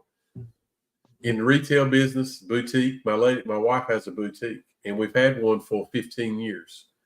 Mom and pop stores, Temu and Shein will be the end of those because you can go on those sites and buy certain clothes like she sells in her store for ladies boutique. You can buy them cheaper than we buy them at wholesale price on those sites. So our boutique business last year was the worst year ever. Just because it's so accessible and it's so easy to take this right here and never leave the house and it'll show up at your door in a few days. That's awful. And do y'all sell baked goods? Yeah, my daughter has the bakery, so we got. I saw that, and I was like, we got one building with the boutique, the bakery's in the middle, and on the end is our coffee shop. Oh wow! I can't wait to come down there. I'm going to come out there one day, and I'm going to get to visit. I want to visit the shops and stuff, and it's not too far away from the water, is it? The beach? How many hours away, or how many minutes? We're an hour and a half from the coast. So maybe if I come through there, I'll have to stop in and get me a cup of coffee and some goodies. Yeah. It's real coffee now. For it sure. It ain't Starbucks. I'm ready. It's the real deal. The darker, the better, too. It'll make you hot flash. It'll hot flash you. I know. I already got some right now. You be fanning hard. Yeah. Oh, you're crazy. You're crazy. Yeah, I understand, Keeper. It's true. Like I have used Temu and I took it off my phone, but I've used Shein. Like we gotta do what we gotta do, honey. I get it. Oh yeah, it's tough. I don't knock anybody for it because Amazon's just as bad, and I probably use Amazon every week. But it's the times we live in now. It is, and we got to do what we got to do. So I try to support local when I can, but it is a convenience. It's a convenience and the prices and stuff. And I realize how important it is to support local, but our pockets can't always allow us to do that. I'm right there. The dress I'm wearing, I don't care. I'll tell everybody the dress I'm wearing to the event is beautiful. I got it off of Shein for $11, but by the time I get done with everything, you ain't gonna be able to tell. I'm gonna look like $1 million. Look, that's good for me to say. Confidence. Gotta have confidence. Yeah. So I don't even know what kind of dress you're wearing, but let's just say $11. So in a boutique, that dress my wife would probably pay at the market probably $30 wholesale for it. And normal retail, you double it, so it'd be sell on the rack for $60. Exactly. That's just what Temu and Shein are doing to retail businesses. Yeah, I get it. Anyway. It's a topic of conversation and something that needs to be said, and it's tough because we don't have the same type of factories that we used to have here to give us these goods, and you've got all those factories overseas. And I know this is a paranormally show, but it's facts. It's important to speak of every once in a while. What? Oh yeah. Yeah, I get it. Like I said, it's the times we live in, and it's we're slowly working ourselves. We're just going back to a gift store. We started off as a gift store. And my wife, of course, she loves fashion, her and my daughter. So we got into the boutique clothing, and now we're getting out of it. It's tough. Can't give it away. So yeah. It's tough right now for certain things. And, you know, if we're going to talk about some worldly stuff, let's briefly talk about the bridge in, is it Baltimore? Oh, yeah, in Maryland. Wow. That's terrible. I'm so happy not a lot of people were on it. I intuitively, something's not right, but that's allegedly. This is just for fun. I'm just saying it's just for fun. It's all alleged information. You know, don't take anything I say with a grain of salt, but something's up with that. Yeah, it's a terrible ordeal. And like you said, thankfully, I guess at a different time in the day when the traffic would be like crazy busy, could be a lot of lives lost. I think maybe there's some lost now. I don't know how many, 7. There's some missing people. So I mean, that's terrible. Yeah, they're under it because I've seen it. I've seen them under the rubble. There's going to be at least 3 of them that come up, but they're going to have to remove some stuff over top.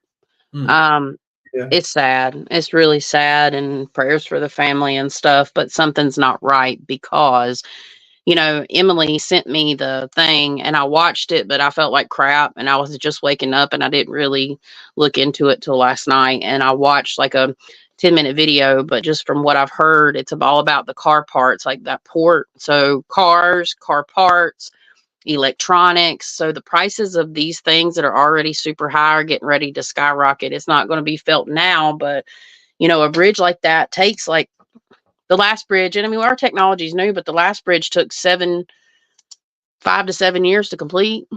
Oh yeah. Yeah. So we're going to feel this for a long time, but we're America. Why don't we have other ports?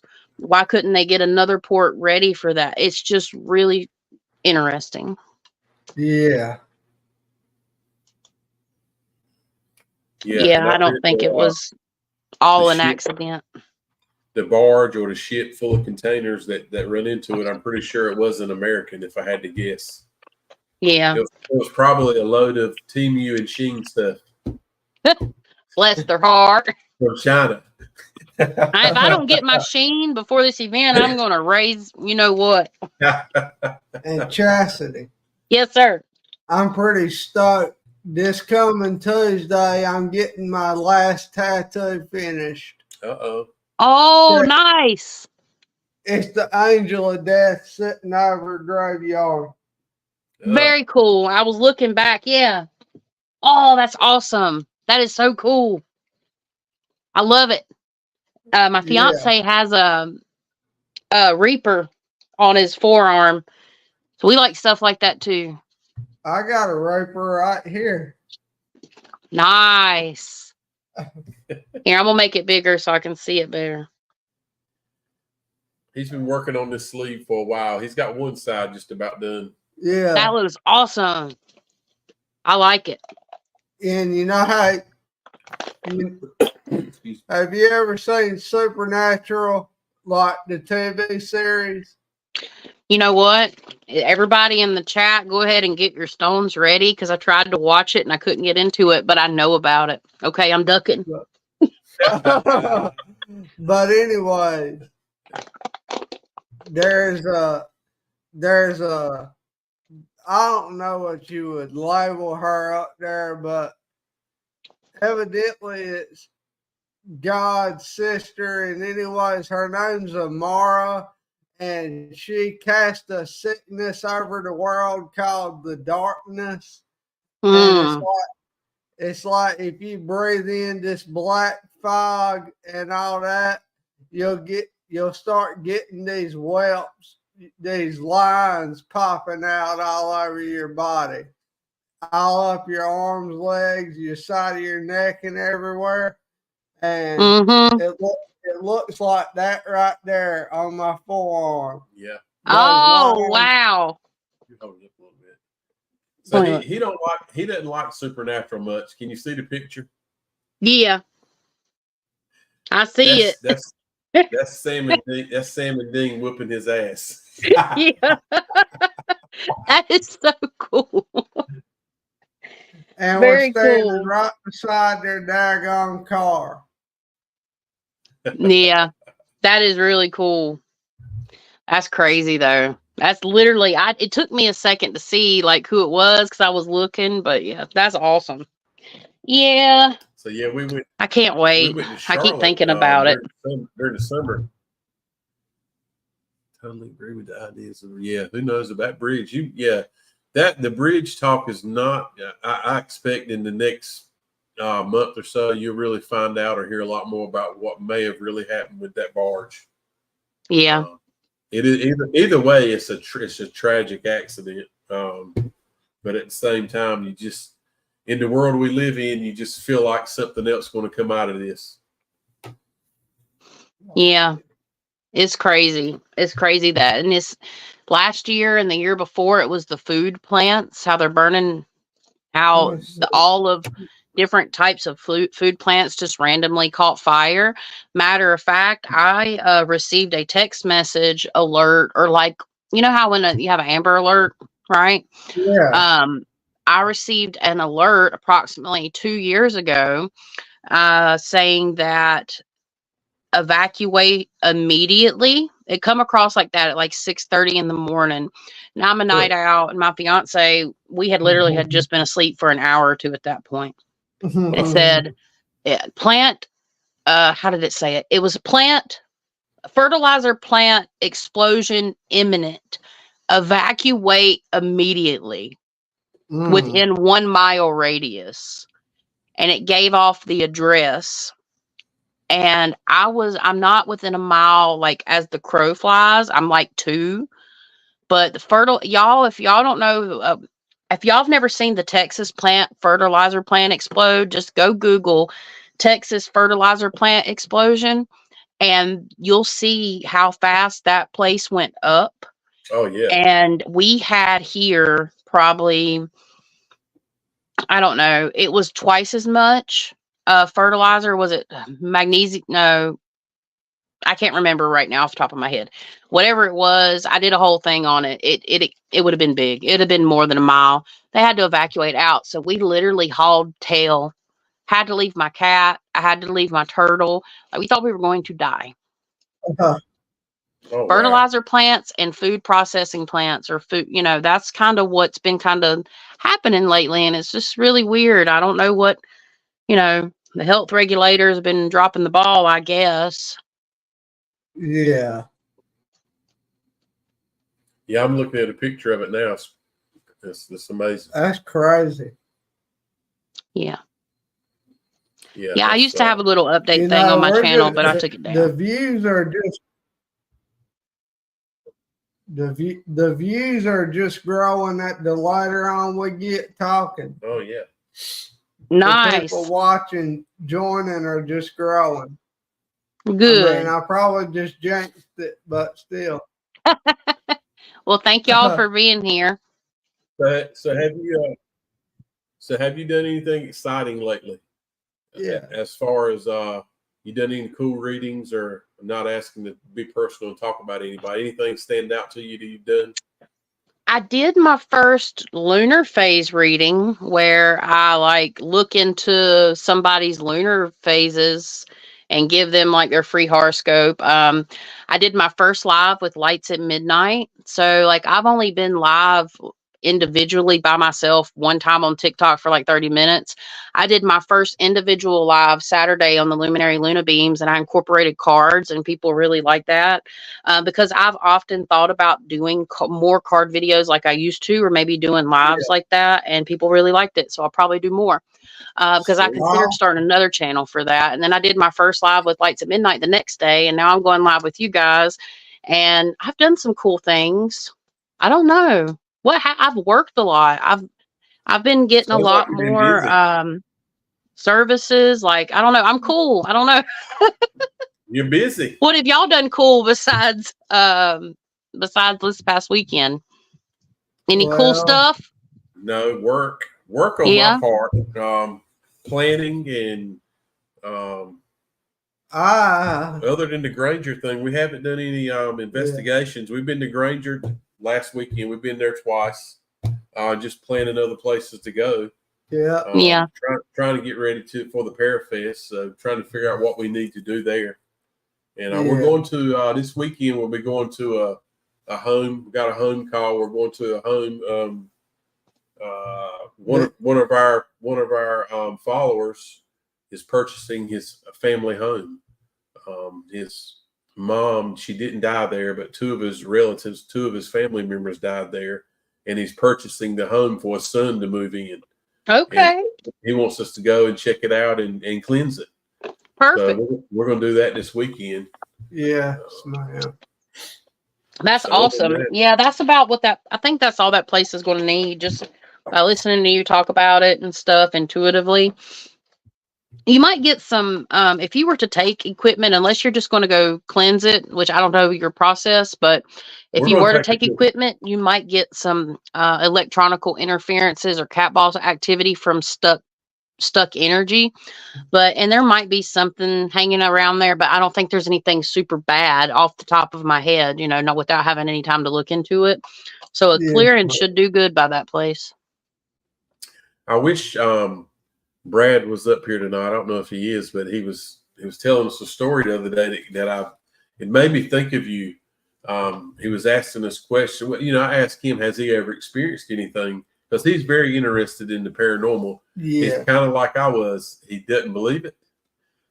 He's interested, but he needs to be shown. Okay. Yeah. He needs to really see it. But he was saying in the home he lives in now, there's been 3 different times over the years of he hears a little girl's voice. He'll look around and there's nobody there. Yeah. And I can't remember what does the girl say? She calls his name one time. She'll say Brad, but like Brad, like it fades off an echo every time. But it's a little, it's a small child, high pitched voice, and to the point where he turns around, he's like, you heard that, and nobody's there. So that's, I don't know if Emily's still watching, but I just heard Emily in my head say, "That ain't no child." So I don't know the history on the home. Now it's not the home we're going to clean. Yeah. It's actually where he lives now. Yeah. But he's heard it, and it woke him up. Did it wake him up in the middle of the night? So it woke up. Did he feel like he got touched? No. Yeah.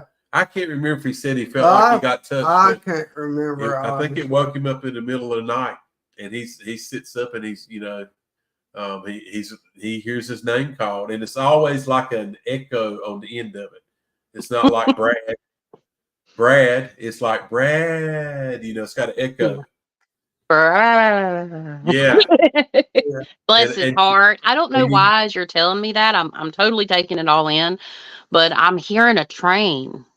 As you're telling me this, I hear a train, like not a train here. It's in, through my gifts. Even though we have a train, it's not running right now, but I hear a train, and I heard the first thing I heard while you were telling me that was crossroads.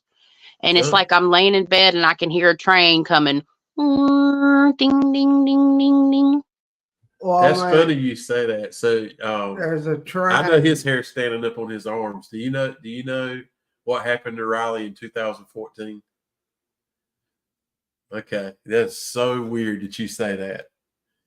I thought it may have been associated with an accident, but when I was getting that, but I guess that's it. I don't know. Yeah. Do you hear that? Damn, man. He got hit by a train in 2014, the day after he got his driver's license. And he was in a coma. Was it a straight drive? Was it a straight drive? How did you get stuck? No. Missed it? He pulled up on he doesn't remember. That's why he's paralyzed on one half of his body now. Oh, okay. I knew there was something. I'm sorry. So it's don't be sorry. So you're here. Yeah, he's here. Yeah, I'm here. He's not supposed I feel bad because I brought that up. Is all. I don't mean to. No, I feel like the hair stood up on my arms when you said train, and then you said crossroad, then you said accident, and so when he crosses the train track now, he still gets a wild feeling. I'm sure. Don't you? Yeah, I'm getting chills just freaking thinking about it. It's all in that car. Wasn't like a straight drive. No, it was automatic. He was driving a big pickup truck, thank God. But 2,500. The train hit him right in the driver's door. And It's almost like, because I'm seeing something with like the gear. Like, that's why I asked if it was a straight drive. It was almost like it, like when you go, it couldn't, for some reason, you couldn't go. And I'm hearing a revving associated with it, but I'm wondering why I picked that up. It could be because of what happened.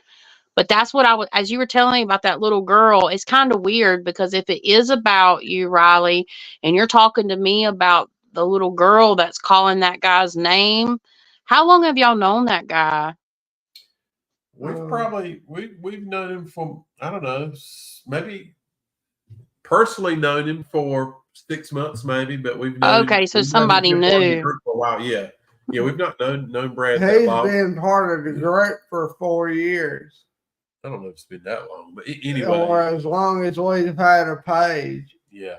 Because I remember he was one of our first followers. Okay. Back when we had like 20. Yeah. Okay. I'm wondering because it's just kind of weird that you're telling me that story. And I mean, it could be what happened, or it could be something as like that guy's house. He might hear a train at night or something. That's what I was thinking, but that is very weird. And whatever's calling his name and it being associated with y'all, it could be something darker because generally, you know, there are children's spirits, but they're very few and far between. A lot of things take on that image. So the fact that I got that and everything that happened, you know, it's just weird. It's odd. That is very odd. But it's a heck of a coincidence. But he doesn't remember much about it. I mean, he can tell you some stories, but he was been in a wheelchair for 2 years after that, and it's been a wild ride. I'll tell you that. Yeah, well, hey, you come a long way and you're here and you're doing what you love. Yeah. Amen. Yeah. Absolutely. That's great. I mean, that's great that you came that far. Hey, sis. It's funny. Somebody said you got a good brain. So lucky to be alive. Mm-hmm. So he actually had part of his brain removed. He had a traumatic brain injury, but you can't tell it today. No. He's got another tattoo. Turn your head sideways. So he's got a horseshoe scar. Oh, wow. They had to remove that part of his skull for over a year. Wow. So, yeah. It's a miracle, man. Yeah, that's a miracle. Yes, mate. So yeah, he had to learn everything again. Walk, speak, talk, eat, breathe. I mean, everything. He couldn't do. Wow. It was a wild ride to see somebody at 16 years old fixing to go play college baseball. Just, the world at their fingertips. And then all of a sudden you get a phone call like that and you're like, there's no way. But there's a way. It can happen to anybody. So everybody watching, love your loved ones because you never know. You never know. That's right. It's interesting. I'll say this, and we all have points of exit in life, and we get it. There's not necessarily a determined number. This is a rule of thumb, but we all have these exit points when something really bad could have happened, and it's a point where how can we say this? I'm not trying to be insensitive when I say this, so trigger warning to just in general, but we have points in life that are exit points where our soul can choose to opt out. And your soul was not ready to go then. Your soul said, I'm going to fight for this. And this is, and then we all have those options. There's been times like I hit an ambulance head on and I felt light come over my body and I was only 17 years old. I didn't do it. My ex-husband, we wasn't married at the time, but my ex-husband is the one that it wasn't on purpose either. It was sleeting and snowing and the back tires were bad and they skidded off into the other lane and there was a 20-foot ditch on one side and there was the train tracks on the other, like a hill up. So it was like this and we just slid on in and wow. And I said, oh my God, I'm getting ready to die in my head. And I put my hands over my eyes and I was wearing glasses at the time.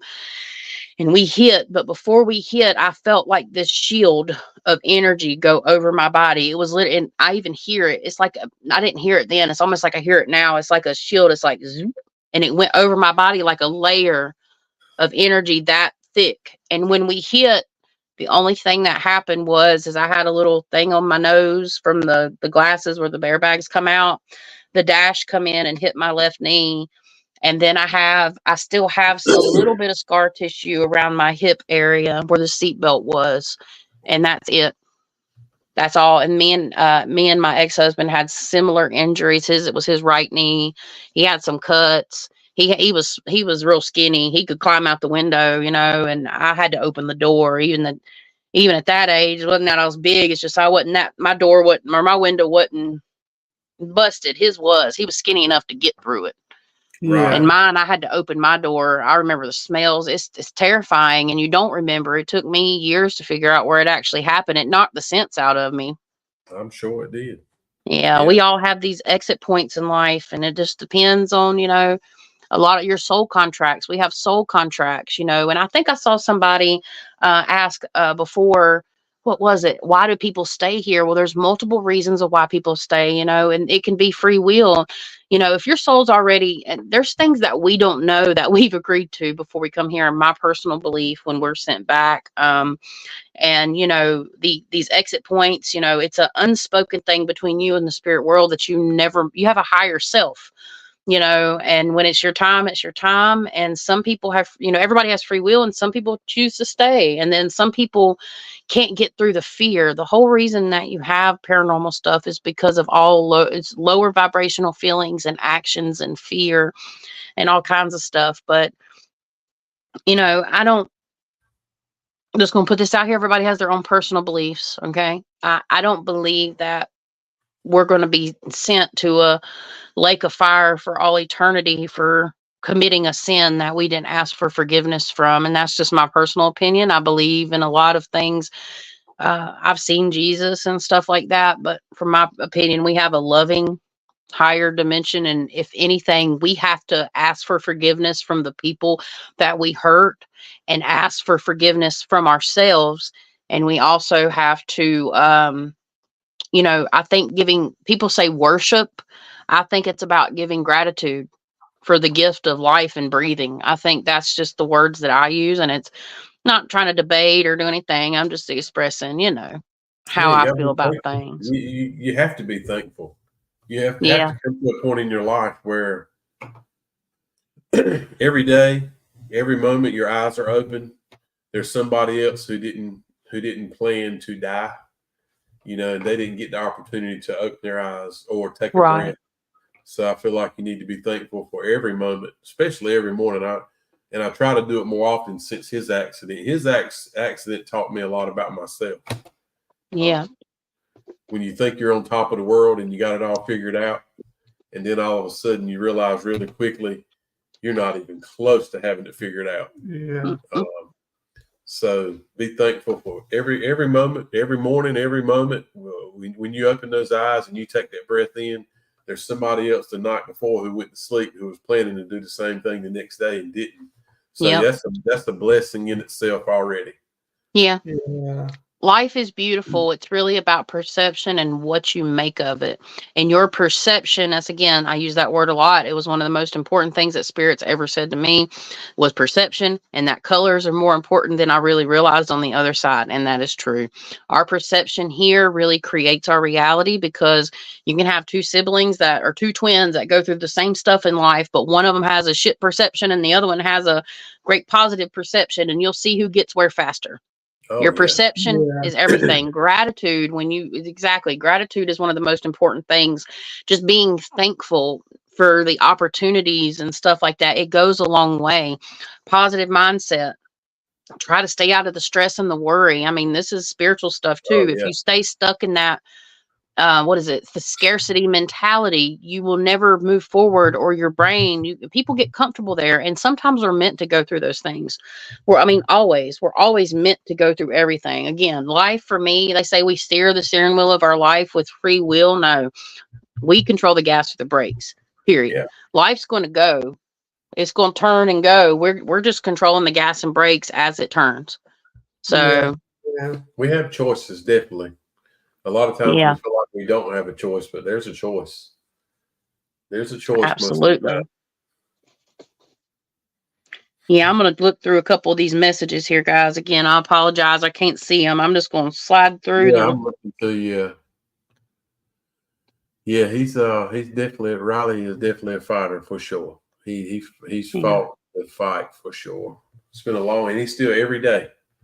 He works every day. That's awesome. Fighting the fight. And it's good. Possibly Alexis. It's good. It's good. It took him a long time to find something that he could love and have passion in, and he loves the paranormal. So he gives it his everything now, and he's great at it. He's great at it for sure. Yeah. So you got to admire. Somebody says you're handsome. Woo. He knows that. There you go. That's cool. All right, just because I got hit by a train don't mean I ain't cocky. And I'm sorry to hear that, Becca. I hate to hear that. Oh, who said I'm handsome? I might need to check up on this. Do not. Becca Boo. Do not I think that's what she meant. I'm pretty sure. And I'm sorry to hear that, Becca Boo. And it's possible. I kind of feel you on that. Yeah. I don't really want to read it. She's wrote it, but you'll see. I can agree with what you heard. It probably is. What was that? She lost someone. Oh, bless. Yeah. Yeah. Did she ask? Did you feel light as a feather? What was she? That's what I was reading. I think, Becca, you asked that during when I was in the accident. I don't know. It was just like this supercharged. And I know there's a lot of energy, but it just felt like I even saw it in my mind's eye when I was 17. I didn't quite understand it. It was just like this light. And it was almost like I had like a bumper on my body. It was weird because the way the car looked at the end and everything, it looked like somebody had passed. Honestly, it was that bad. Let's see. Proven audacity. You could have given up and you didn't. Hold on, I got to move my thing. But struggling through for my child, inspirational. I'd not be scared of paranormal after your journey. Maybe that's why you're good at the work you do. I agree with that. Saying you're good at the work that you do because of what you've been through. That's true. So Becca Boo said she loves your beard, and you were just talking about shaving your beard off today. Yeah, I'm getting rid of it. Damn. Sorry, Becca. I understand. Yeah, meant to work. And I was thinking that too. So I'll validate that for you. I actually had that come across my mind. Yeah, he's definitely. We go in places and I feel certain ways, and he don't get scared. I'll say that, and I think back because he's already lived through hell. I think. Yeah. Keeper True Crime Paranormal said, "Strong man, a true survivor. Bless you." Yeah. My sister said, "That's a miracle. We're glad you're here, dude." Mm-hmm. That is awesome, man. Well, that that gives it even more context, and like your journey and what you have a story to tell, you have something to offer, and this is just advice. Like, I need somebody on here that sees this. If you do editing work, are you willing to hire somebody to do your editing work? I would love we were to do some cool stuff. We've had people who wanted to help us and like that. Yeah, and if you're going to do it, go ahead and really do a great job at it. Right. Somebody with some experience and they can, hey, let me see what you've done. And it looks really cool. Yeah, we're on board for sure. We're okay. When I'm talking editing, video editing, I want some mind seed type crap. Okay. Some mind seed on YouTube. Mm-hmm. I want some editing like they do. I know there's definitely people out there who can help us. We really haven't pushed it as hard as we should. Really we should have made it a priority by now. Yeah.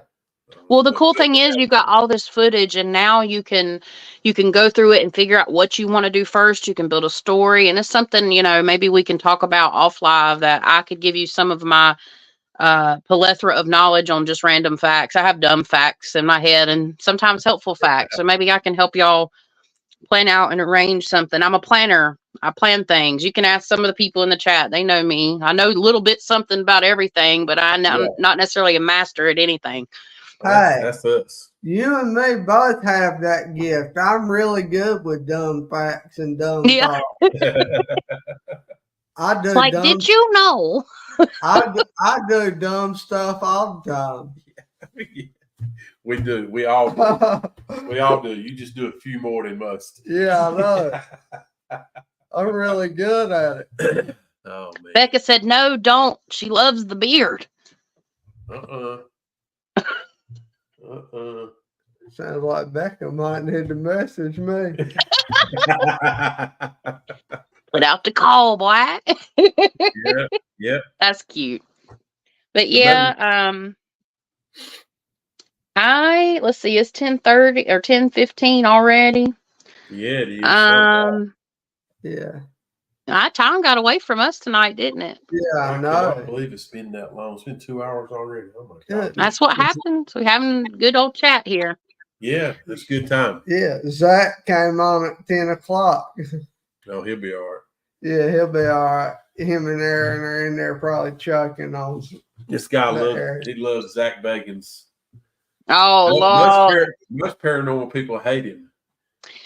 I don't hate him. I don't necessarily dislike him. I think the only type of dislike that I have for him is how I've heard of, and I personally can feel how he's treated other people. That would be my dislike of him. But I grew up watching him just like I grew up watching all the other stuff. And I actually went to, there's a video on my channel. It's like 6 minutes long where I met Tony Spera, and Tony Spera told us, I got to record that actually. I think when we went to the Paracon, they thought we were pressed because my fiance's wild, and he brought like a 5 foot or 3 to 5 foot tall, like looked like quality tripod, and he had a phone stuck to it, so it looked real professional. And he walked right in there and video recorded Tony Spera talking about that, and I released that on my channel. It's like an 8-minute video, but it was funny because that's when I met Annabelle. I met the doll Annabelle, and that's when I went to Connecticut. In the same year, I went to West Virginia Penitentiary and got to do that Off Limits tour, and got to meet the guys from Paranormal Nightmare TV, the Foreman brothers. That was really cool. That was a good year. That was a good year. Amazing. We haven't been to West Virginia to Penitentiary. Riley, he's been talking about that. We're going to go. We're definitely going to go. Oh yeah, we're going to go some big places. I don't know if we'll go this year, but we're going to go. We said we were going this year. We said I don't know if we are, but we said we were going to my main bucket list place this year at some point, Waverly Hills Sanatorium. Oh my, that's what me and Emily covered on Lights at Midnight, and that place is creepy. I know people that live near there too, so I know if I could I would totally do that. And at some point, whoever's going, if I'm not inviting myself because I'm gonna make it out to Kentucky one way or another. I'm just saying, throwing that out there. At some point, I'm going to Waverly too, but I don't know when. I need to get to Kentucky this weekend if I needed to. There's somebody I need to go see in Kentucky really bad, but I can't take the car because we have one car. And this is like just off subject. Sorry, I'm babbling, but eventually I'm going to get out there myself. I'll just leave it there. I won't talk too much. We're going to go. We're going to go. Yeah. You got the creeper out there. What's that? The creeper's one of the entities they see, and it's literally makes like a skittering noise. And this is intuitively, but I think people have caught it on camera because I have a friend that I've got to message her back to. I have a friend that talked to us about it. And then I have another friend in Kentucky that won't even go to it. She's like, I'll take you and drop you off. But the creeper is out there, and the creeper is like a humanoid type spirit, but it's not really human. If it was, I don't know what the hell it is, but it's like to me, it looks like a spider. Like Emily drew it out. Sorry, it's in season 2, episode 1 and 2 of Lights at Midnight. We cover that place, and we got some really crazy. It's very dark. I had a whole astral experience with that place. So guys that are watching, if you hadn't seen season 2, episode 1 and 2, y'all should check it out because it's nuts and it's dark and it's creepy. And I had to like cut cords from that place to get the stuff off of me. Oh my gosh. Oh my God. From North Carolina. So just saying. Holy cow! I need to go there. Oh I my! can feel it coming in the air tonight. Oh yeah. Proven Somebody's- audacity, scared of clowns, dolls, and beards. Yeah, clowns in the. Yeah, I don't like a lot of clowns myself. I love Bilbo Baggins. Oh God, I can't say what I've called it.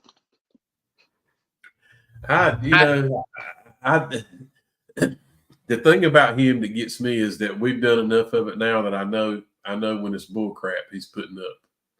But I understand why he does it. It's for the ratings. And if he doesn't do it and he doesn't draw a crowd or all the millions and millions of people watching it who don't know, Yeah. he wouldn't get a paycheck. And that dude is, he's done well, I'm sure, financially. Oh yeah. I know some of it's real now, don't get me wrong, but I say that most of it is all scripted that they do. Yeah. And because it's got to be good for TV, right? Yeah. It's all about the ratings. I'm not saying he hadn't experienced some cool stuff. You feel this? No, I don't. I don't feel a thing, Zach. Or I don't feel a thing. My stomach's not hurting right now. No, it's not. I don't feel anything. So no, it's scripted. But hey, people love it. People watch it. Even people who know better still watch it. They still watch it. What's going on, Brad? So Brad's up here now. Brad, we put you on the spot. I was talking about the little girl who calls your name. The Brad with an echo. Yeah. I can't remember if you said that she woke you up one time in the middle of the night. I feel like you said that. I know you've heard her call your name 3 times. Is he the guy where I heard the train? Ask if he can. Well, he can hear me. I'm like, ask him. Is there a train tracks near your house or a railroad crossing you here at night? Brad, right? Brad. Yeah. He said, yes, she has spoken to me 3 times. Mm-hmm. We're trying to see if my intuitive impression was for Brad or for Riley. I think it was definitely for Riley. Maybe something for Brad too. I'm still blown Could be away. both. Still blown away. That's wild. I'm blown away by that. That's crazy, man. Holy crap. Oh Lord, I ain't seen nothing yet. And yes, that was a little cocky, but when we get out to this place, I swear to God, I ain't bringing nothing back. Ain't nothing coming back with me either. He said, yeah, there's a train track 1 block away from the house. Yeah. Wow. Oh my gosh. So like you go, it's girl. almost like there's something to do with that railroad. There's some energy that's has to do with whatever you're hearing is coming from near that railroad track. But I specifically saw like the railroad crossing, and I see the old timey well, they still kind of look this way, but it's one of the old timey like stoplight type things, but it's posted up on the side of the 4-way crossing. And I hear it going ding, ding, ding, ding, ding, ding, ding. And there was an accident. So I didn't know about Riley. And then, I associated that sound with when you were hearing the little girl. So there's something to that. And I mean, just looking at it surface level and not like digging deeper into it. Something's happened there. And I think a lot of people potentially, like I just saw, oh God, I just saw a young woman jump out in front of the train and take her life. That's what I just saw. Oh, goodness. And she was wearing a dress. That's the kind of stuff I see sometimes. Trigger warning. I'm sorry, guys. I mean, it's just part of kind of what I see. Sometimes I get visions like this. They come from like right here in my third eye area, clairvoyancy. So I'm seeing like a girl that's distraught. She's got blonde like hair, like 1950s, 1960s, and she's wearing one of them button-up dresses that kind of pin right here. And she just kind of, you hear it, and I'm hearing the train going.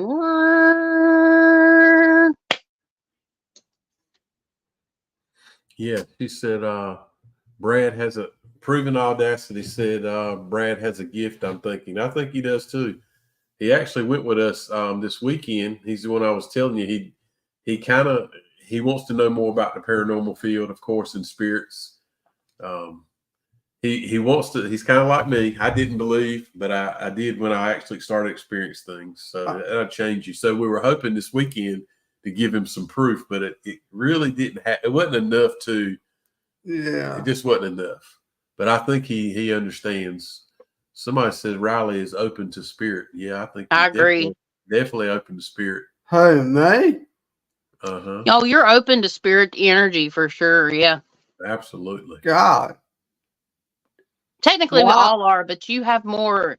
The fact that you're so interested in it and you're pulled to it, I think you're kind of intuitive, at least to a degree, and don't really realize it.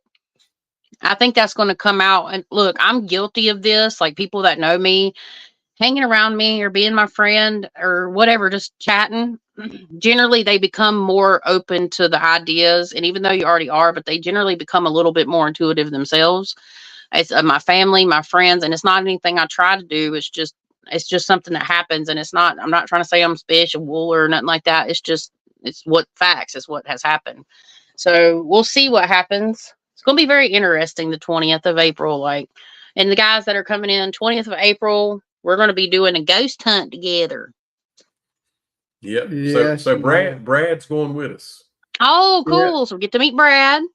We're taking Brad and his daughter and whoever else in his family wants to go. They enjoy the paranormal stuff. Very good. Brad, I think that was Brad said, I'm on the fence as the believer. Sorry. No need to be sorry. I was the same way for a long time. Yeah. Yeah, it's cool. I don't get offended personally. Some people get offended, like that work in this industry. I'm not going to name names or particularly have anybody in mind. I'm just saying some people are like, yeah, well, they're skeptics and stuff. I don't have a problem with skeptical people. It's fine. Everybody has their beliefs, and I'm not here to change anybody's mind or prove that the paranormal exists to anybody. I can only tell people what I experience from my perception. Like, I don't try to push my truth on anybody. This is just the words I'm speaking that are coming out of my mouth. And if they resonate, and this ain't to Brad, this is just speaking in general to everybody. Sure. But there's a couple skeptics I've made second guess themselves. I'm just saying now. Hey, okay. But that is true. I'm not lying about that. Yeah, we have done the same thing. So yeah, I get that. So, when they get thrown up on a wall, then who's going to be second guessing themselves? Yeah, it's not. And not even something 11'd your ass. Woo. So what? So like the Stranger Things, 11, where she goes. Oh yeah. Yeah, the show where she moves things with her mind. Yeah, absolutely. That's awesome. Yeah. I don't know anybody like that. Something put me in my place. I have seen things moved. I will say that. I have seen it. So with that being said, if I've seen it move, somebody has the ability to do it if I can't see them. So with that being said, I guess I do believe in that. PK manifestations too. Yeah, I have seen it happen. Sorry to the non-believers about that, and I would be a non-believer if I hadn't witnessed things that I have witnessed lately, and just lately, strange things. Yeah, and we've seen it. It seems like things happen. Why does it happen when it's just me and you lately? I don't know, but every daggone when Dylan goes, Dylan sees things too. Yeah. I think it has something to do with y'all are, father, son, similar energy signature because, y'all have similar DNA and y'all are a team and you're working together and y'all are building up this energy that is kind of what I'm seeing. It's like y'all are building up this energy together. So they are more open, but I also think that you may have like a guide or something because this is your choice, this is your free will, and your spirit guides work with what you choose that you're going to do. And there's a bigger purpose to y'all doing this. It's not just going out there, and I believe everything happens for a reason, and there's a purpose to y'all going out and doing this. And it's not just to facilitate looking for ghosts. It's y'all's relationship as father, son, and having those moments. And there's something facilitating this energy is what I'm trying to say. Yeah, there's more to it. I don't know what's making it happen for sure, but I'm like you. I do believe there's a reason. Yeah. And another thing is we've actually, believe it or not, for the people listening, we've helped lots of people who deal with things, and we can give their mind a little bit of peace. Yeah.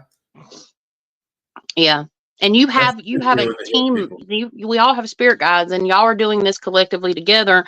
That even further, in my opinion, validates to me that you have spirit guides that are helping you with this, because I could not do anything that I do without the help from above.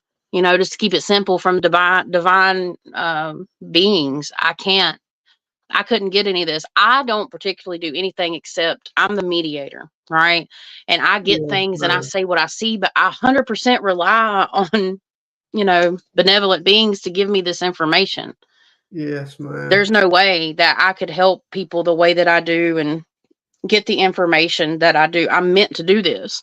If you look at my astrology chart, it literally all points to, for Christ's sakes, my North Node, which represents the future in astrology, on the Sabian symbol, which is, there's a saying for each degree on the chart, is crystal ball gazer. that's what my chart is. I know that's Spanish to some people, but some people may get that. It's wild. Plus my Vesta and all this kind of craziness. Like, I can't deny it. If you look at my astrology chart, I'm built for this, and there's a reason y'all are built for this. And there's a reason we met. There's a reason. Oh, absolutely. Yeah, that's the truth, Chasity. I think it must be Brad. I can't see the name because it's Facebook, but Bible speaks of the spirits among us, and they do.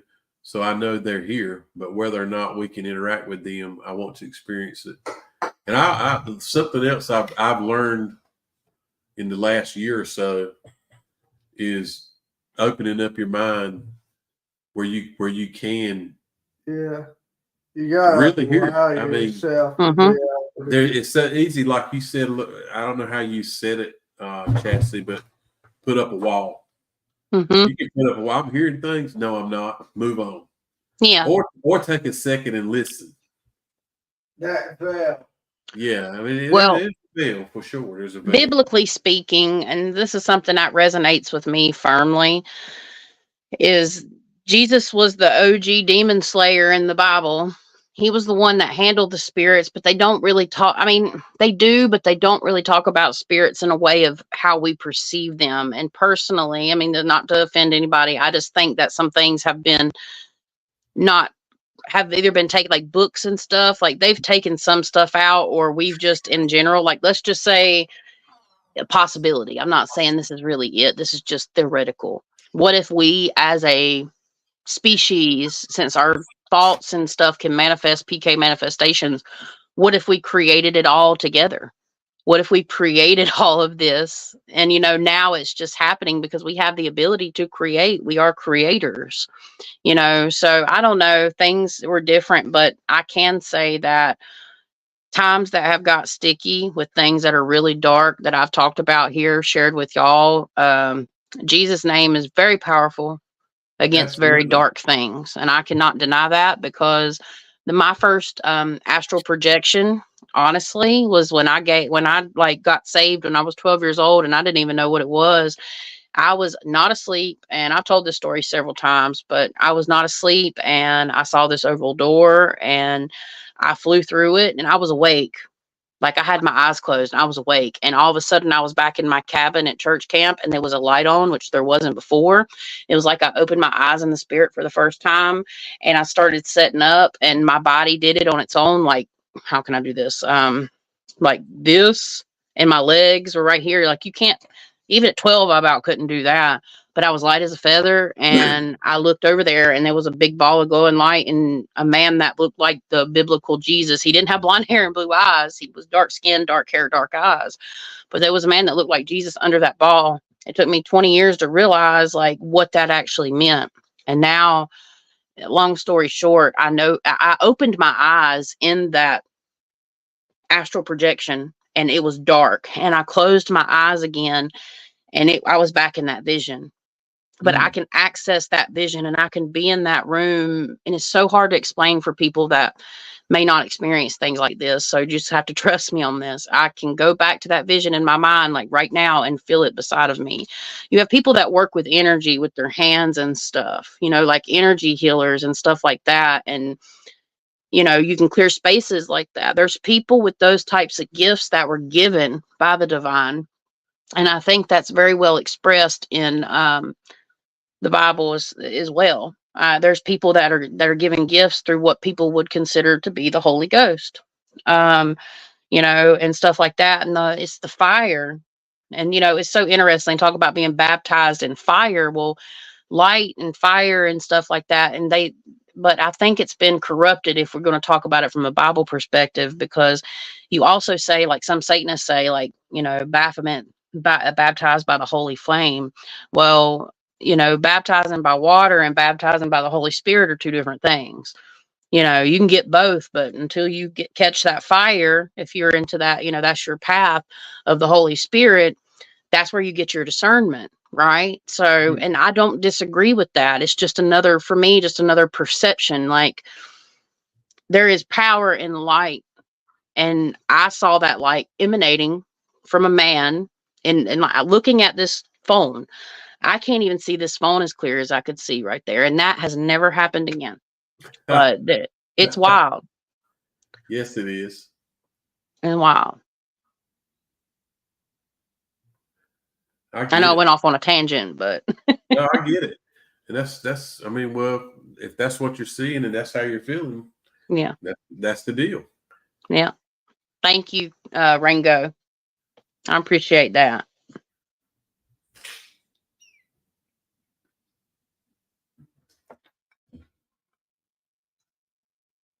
Yeah, Rango's a very special person. She's very sweet, very special, and she's got some of that Reiki fire going on, boy. She does a really great job. She's an energy healer. She's a beautiful soul. Okay. There's a lot of beautiful souls in this chat. I'm just bragging on her. Yeah. You got some. She's helped me a lot. Rango C. Where's she from? Yeah. And when she's ready, I'm sure we'll talk. Can talk a little more. I still don't want to say too much, Rango. I don't know what I'm allowed to say and not to say, but one day, you know what I mean? I'm excited. So, Brad, on the 20th, when we go to Henry Mill Village, we'll be going to Henry Mill Village for our paranormal investigation, and Chastity will be going. It's not far from her home. It'll be, right now, Brad, it'll be Riley, myself, Dylan, Angel, 95% sure Angel and Ruth will be going, and they may bring someone else on their team. I'm not sure. We can have up to 12 people. I think David might be going. And one of our original members, David, may go. David, Okay. David hadn't been up here in a while. David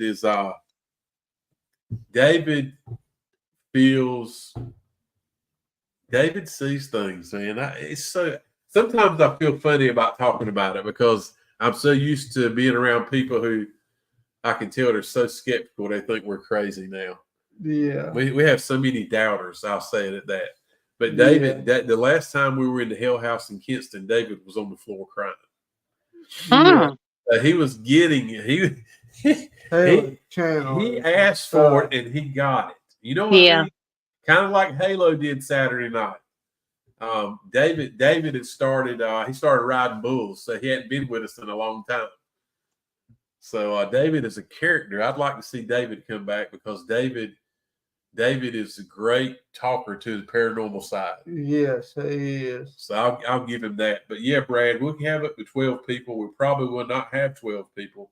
But sometimes too many is a problem. But when you have, when you have acres to work with, it's not like being in a 3-room house. Yeah. Exactly. So you can have a couple people, everybody kind of get together and then move around, and that's cool. Yeah.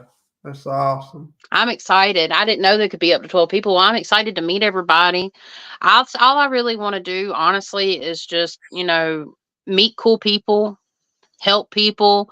With this, I just want to have some fun. I want to learn. I want to meet people, help people, and just meet people in my area.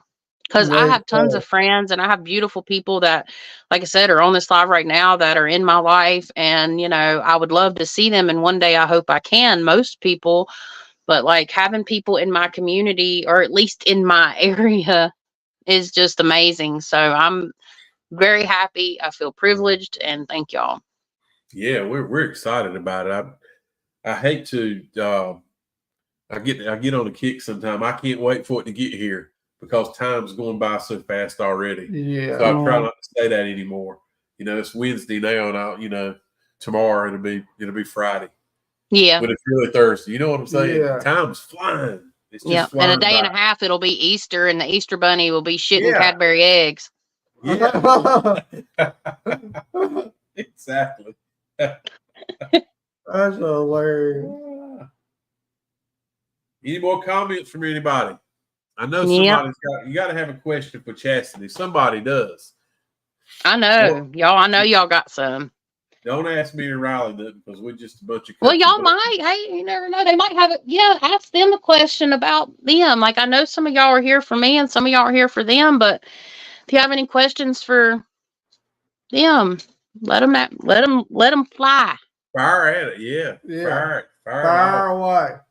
I really wish I could play that EVP where y'all could hear it really good. Brad, you won't hear, but we did catch an EVP Saturday night of something in the room with us, and I heard it twice, and it'll make the hair stand up on your arms. The only problem is I can't tell exactly what it's saying.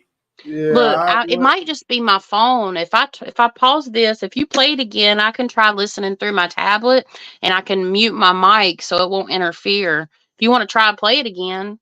Brad had said, "Can you explain?" You got his mind on that railroad track now. He said, "Can you got any more vision? Can you explain any more about that track and the name, the voice he's hearing, Brad?"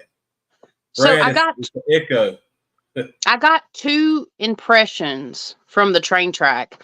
I saw it like back in the day, right? And I don't know if Brad was here when we were talking about it, but at first I saw like old timey stops, like a stoplight, but it's for the train, right? It's like a red light, and it might even had multiple red lights. And Brad wasn't here when I saw the woman step out in front of it, did he?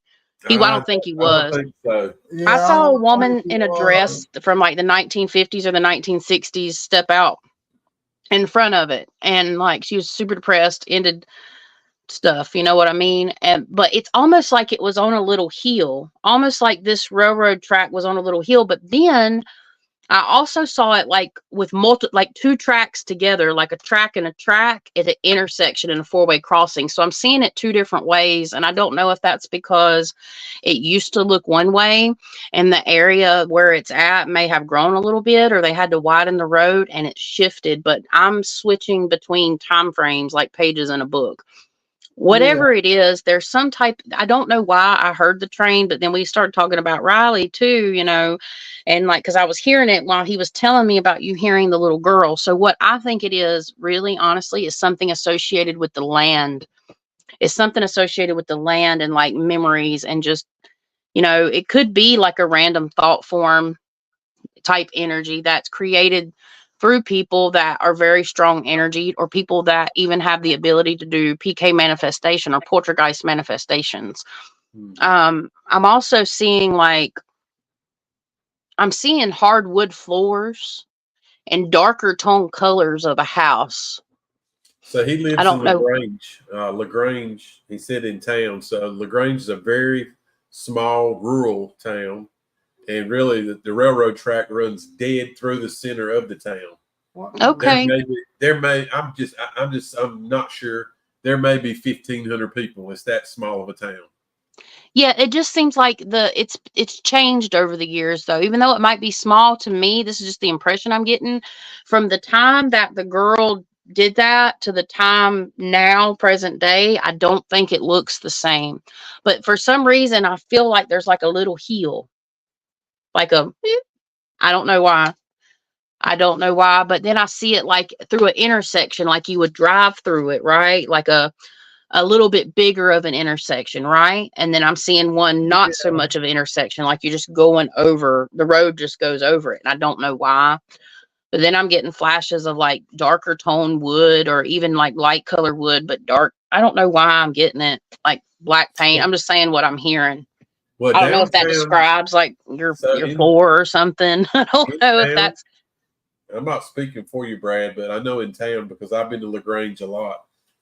The houses in town in LaGrange are most 100-year-old houses. You know, they're Yeah. 70, 80-year-old and older. So it's a very old town.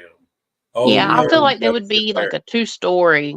I Yeah, don't a know. lot Maybe of it was a house that two-story. used to be there or something, but it's definitely older energy. I just heard a small church with a tiny graveyard too for some reason. There's a couple of those in town. Yeah. In LaGrange. So it might be near his house. I bet they are. Or maybe near where that happened. Oh, and Chasity. His house used to be an orphanage. Ah. How about that? I didn't know that. Where he lives now? Yeah. Really? That's what he told me. Oh, wow.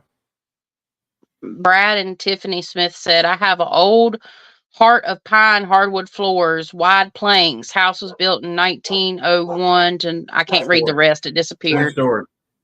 Yeah, Hush it. 1901, 2-story. So, yeah. She was right on it, Brad. Yeah, because I caught an image of like your bedroom. So sometimes when I have remote viewing, it's almost like you walk it. If I was to, now look, I'm going to preface this. My remote viewing sometimes comes in flopped. I don't know why. It's almost like it's another realm. Okay. But I'm like laying in bed. I feel like there's hardwood floors underneath me. My bed's up against the wall and there's a window to my right. And I can see a light, almost like a greenish blue light, but not like in the bright green or blue, but like a street light outside. One of those street lights kind of coming in through it. And I see something kind of walk past it or walk past the door. So it could be flopped, but you're laying in the bed up against a longer wall than possibly, or it's almost about, the room is almost about the same length and width, but it's a little different. It's not too much different in this old house, but there's a window there that is, I don't know if it's to the front of the house, but mainly in that room. It's like the bedroom doors on the left and the windows on the right. But I see something like in that room. It's like it kind of skitters. Do you ever hear footsteps or like, it's like, like running through, like I heard that, like, I don't know. You ever hear that, Brad?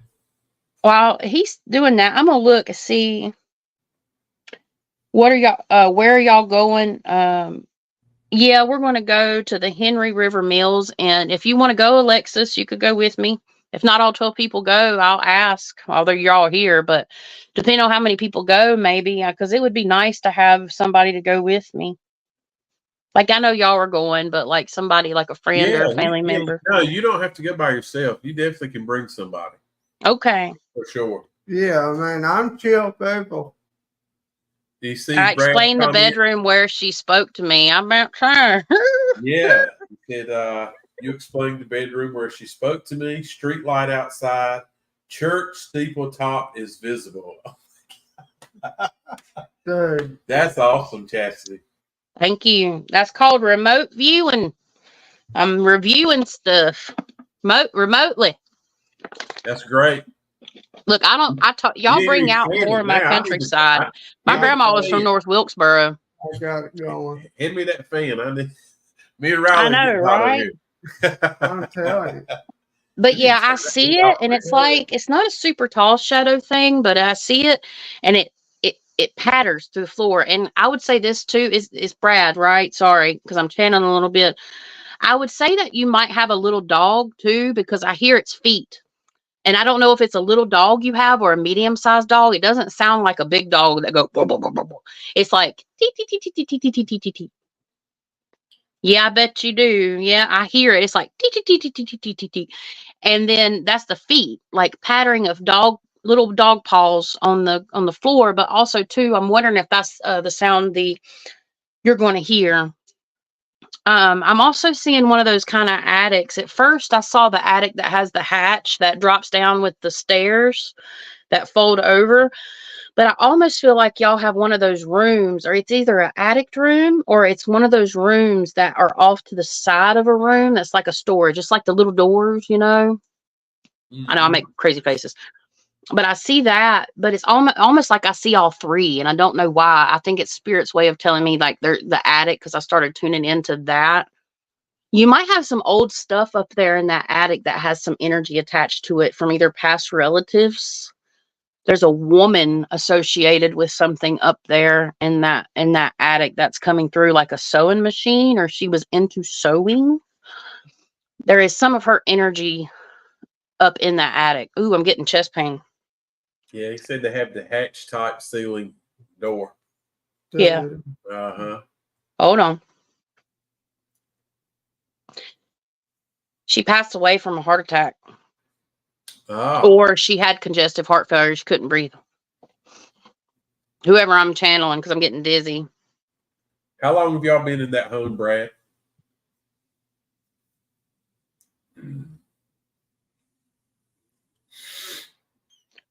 With that house being built 1901, yeah, there's no telling how many different families have been in it.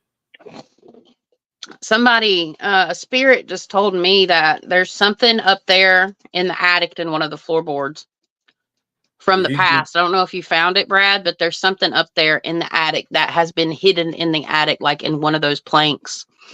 Or there's something up there, or maybe it's not in the attic. It might be in the floor in the bedrooms. Like baby shoes. There was some superstitious item probably hidden within the walls there. I literally got the image of baby shoes too. So there was children born in that house, but there was a woman that lived there for a long time. I don't know if she's associated with your family and you have some of her belongings up there, but she was a seamstress, like a sewer.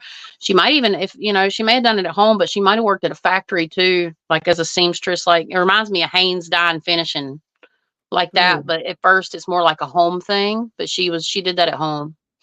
But she'd come through strong. She's wearing she has those black rim glasses, and she's got like an apron, and she's got those dresses on, but she's got that granny apron, you know, that you tie around. So, I don't know. Yes, the house is known as the Old Kinsey home. So I'm curious if you can look back and see some of the history, if indeed someone had a heart attack there at one time, a lady, a female. Mm-hmm. Very possible. Yeah. And her description, she's got her hair up in a bun, but it's kind of, her hair's up in a bun, but it's got those waves, like how the girls are doing these days now with the gel waves. Well, it was like that, but back in the day. And when she felt like it, when she felt good, she would gel wave her hair, and she's got it up. It's salt and pepper.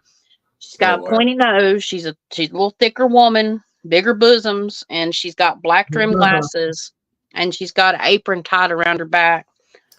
So the craziest thing I've ever seen, Barb, was I've seen a lot of crazy things, a lot of terrifying things that most normal people, in my personal opinion, probably would go to the mental hospital for, like seeing that possession of that boy. I've seen two people get either jumped, one possessed. In person, that's scarier than dealing with spirits. But I've seen like black shadows, like in my room, that would hover over me. I just literally saw what I personally believe is some type of like gremlin or imp. And I just saw it as a black shadow. It was about 1.5 feet tall yesterday.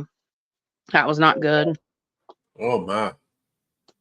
Brad said they just did some work upstairs. They pulled up some floorboards, and there were a couple dozen razor blades in the floor. That's weird. That is weird. That's cool, Becca Boo.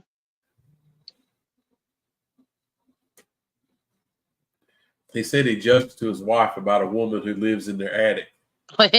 Well, Brad, you might be on to something. It comes down when we're not here. They call her the babushka woman. She don't like that. Brad doesn't believe, y'all. You don't believe? He's seeing this. He just hasn't opened his eyes yet. That's okay, Brad. It's all right. I mean, everybody has their beliefs. I mean, I never met you. I don't know you. I don't know anything about your house. And yeah, it's not extremely specific, you know. Like they really get on mediums about being like, oh, they're just giving out general terms and stuff. And I understand there's a reason to be skeptical. Not everybody has real, but when you come from a place of love and pure intentions and you have a pure heart and you know, you just want to do this type of work to help people and really have no super duper expectations except just to live a normal, comfortable life, it comes to the right person. And as much as I've experienced, I can say without a shadow of a doubt, there is an afterlife. There's all kinds of things that we can't even comprehend exist. Even myself, with the work that I do, again, I'm only 4 or 5 years into this work. I haven't done this forever, but I've just been blessed with the gift of discernment and to help people just like y'all do. You know, y'all help clear homes too, you know, and that's a special gift. It takes a special heart. Y'all have a big heart. And I don't just hop on the train with anybody and go places like, but I know y'all are good people. You know, I'm very particular about who I'm around and who I associate with, but I know y'all are good people. Y'all got good intentions and y'all got a good heart. And I think that's what it takes to do this kind of stuff for people. It really does. We watch who we hang out with also. So Yeah. we're the same way. Brad said he's going to talk your ears off on the 20th. All righty. We're going to go on a trip.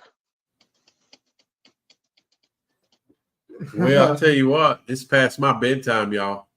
All right. Well, it was a pleasure hanging out with y'all. If I feel like it, I may hop back on later. I say that, but then when I get off here, I'll probably be like, you had that cup of coffee's kicked in good now, so you're ready. Shit, I'm ready for another one. Chasity. I can't believe I haven't wanted a cigarette. I'm a smoker. I'm sorry, y'all. Yeah, I'm a psychic medium and all love and light and everything nice, but I need a cigarette.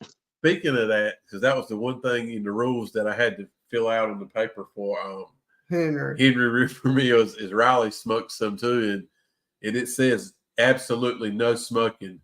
And then it said, and I understand why it says because there's no water in that town. They couldn't put out a fire and burn the whole village down. So if I go sit in my car and smoke a cigarette, then I can't do that? You'll probably be okay in your car. Yeah, because that would be a breaker. I ain't going to sit here in front with you. There is no way in hell I will cancel everything and burn it down.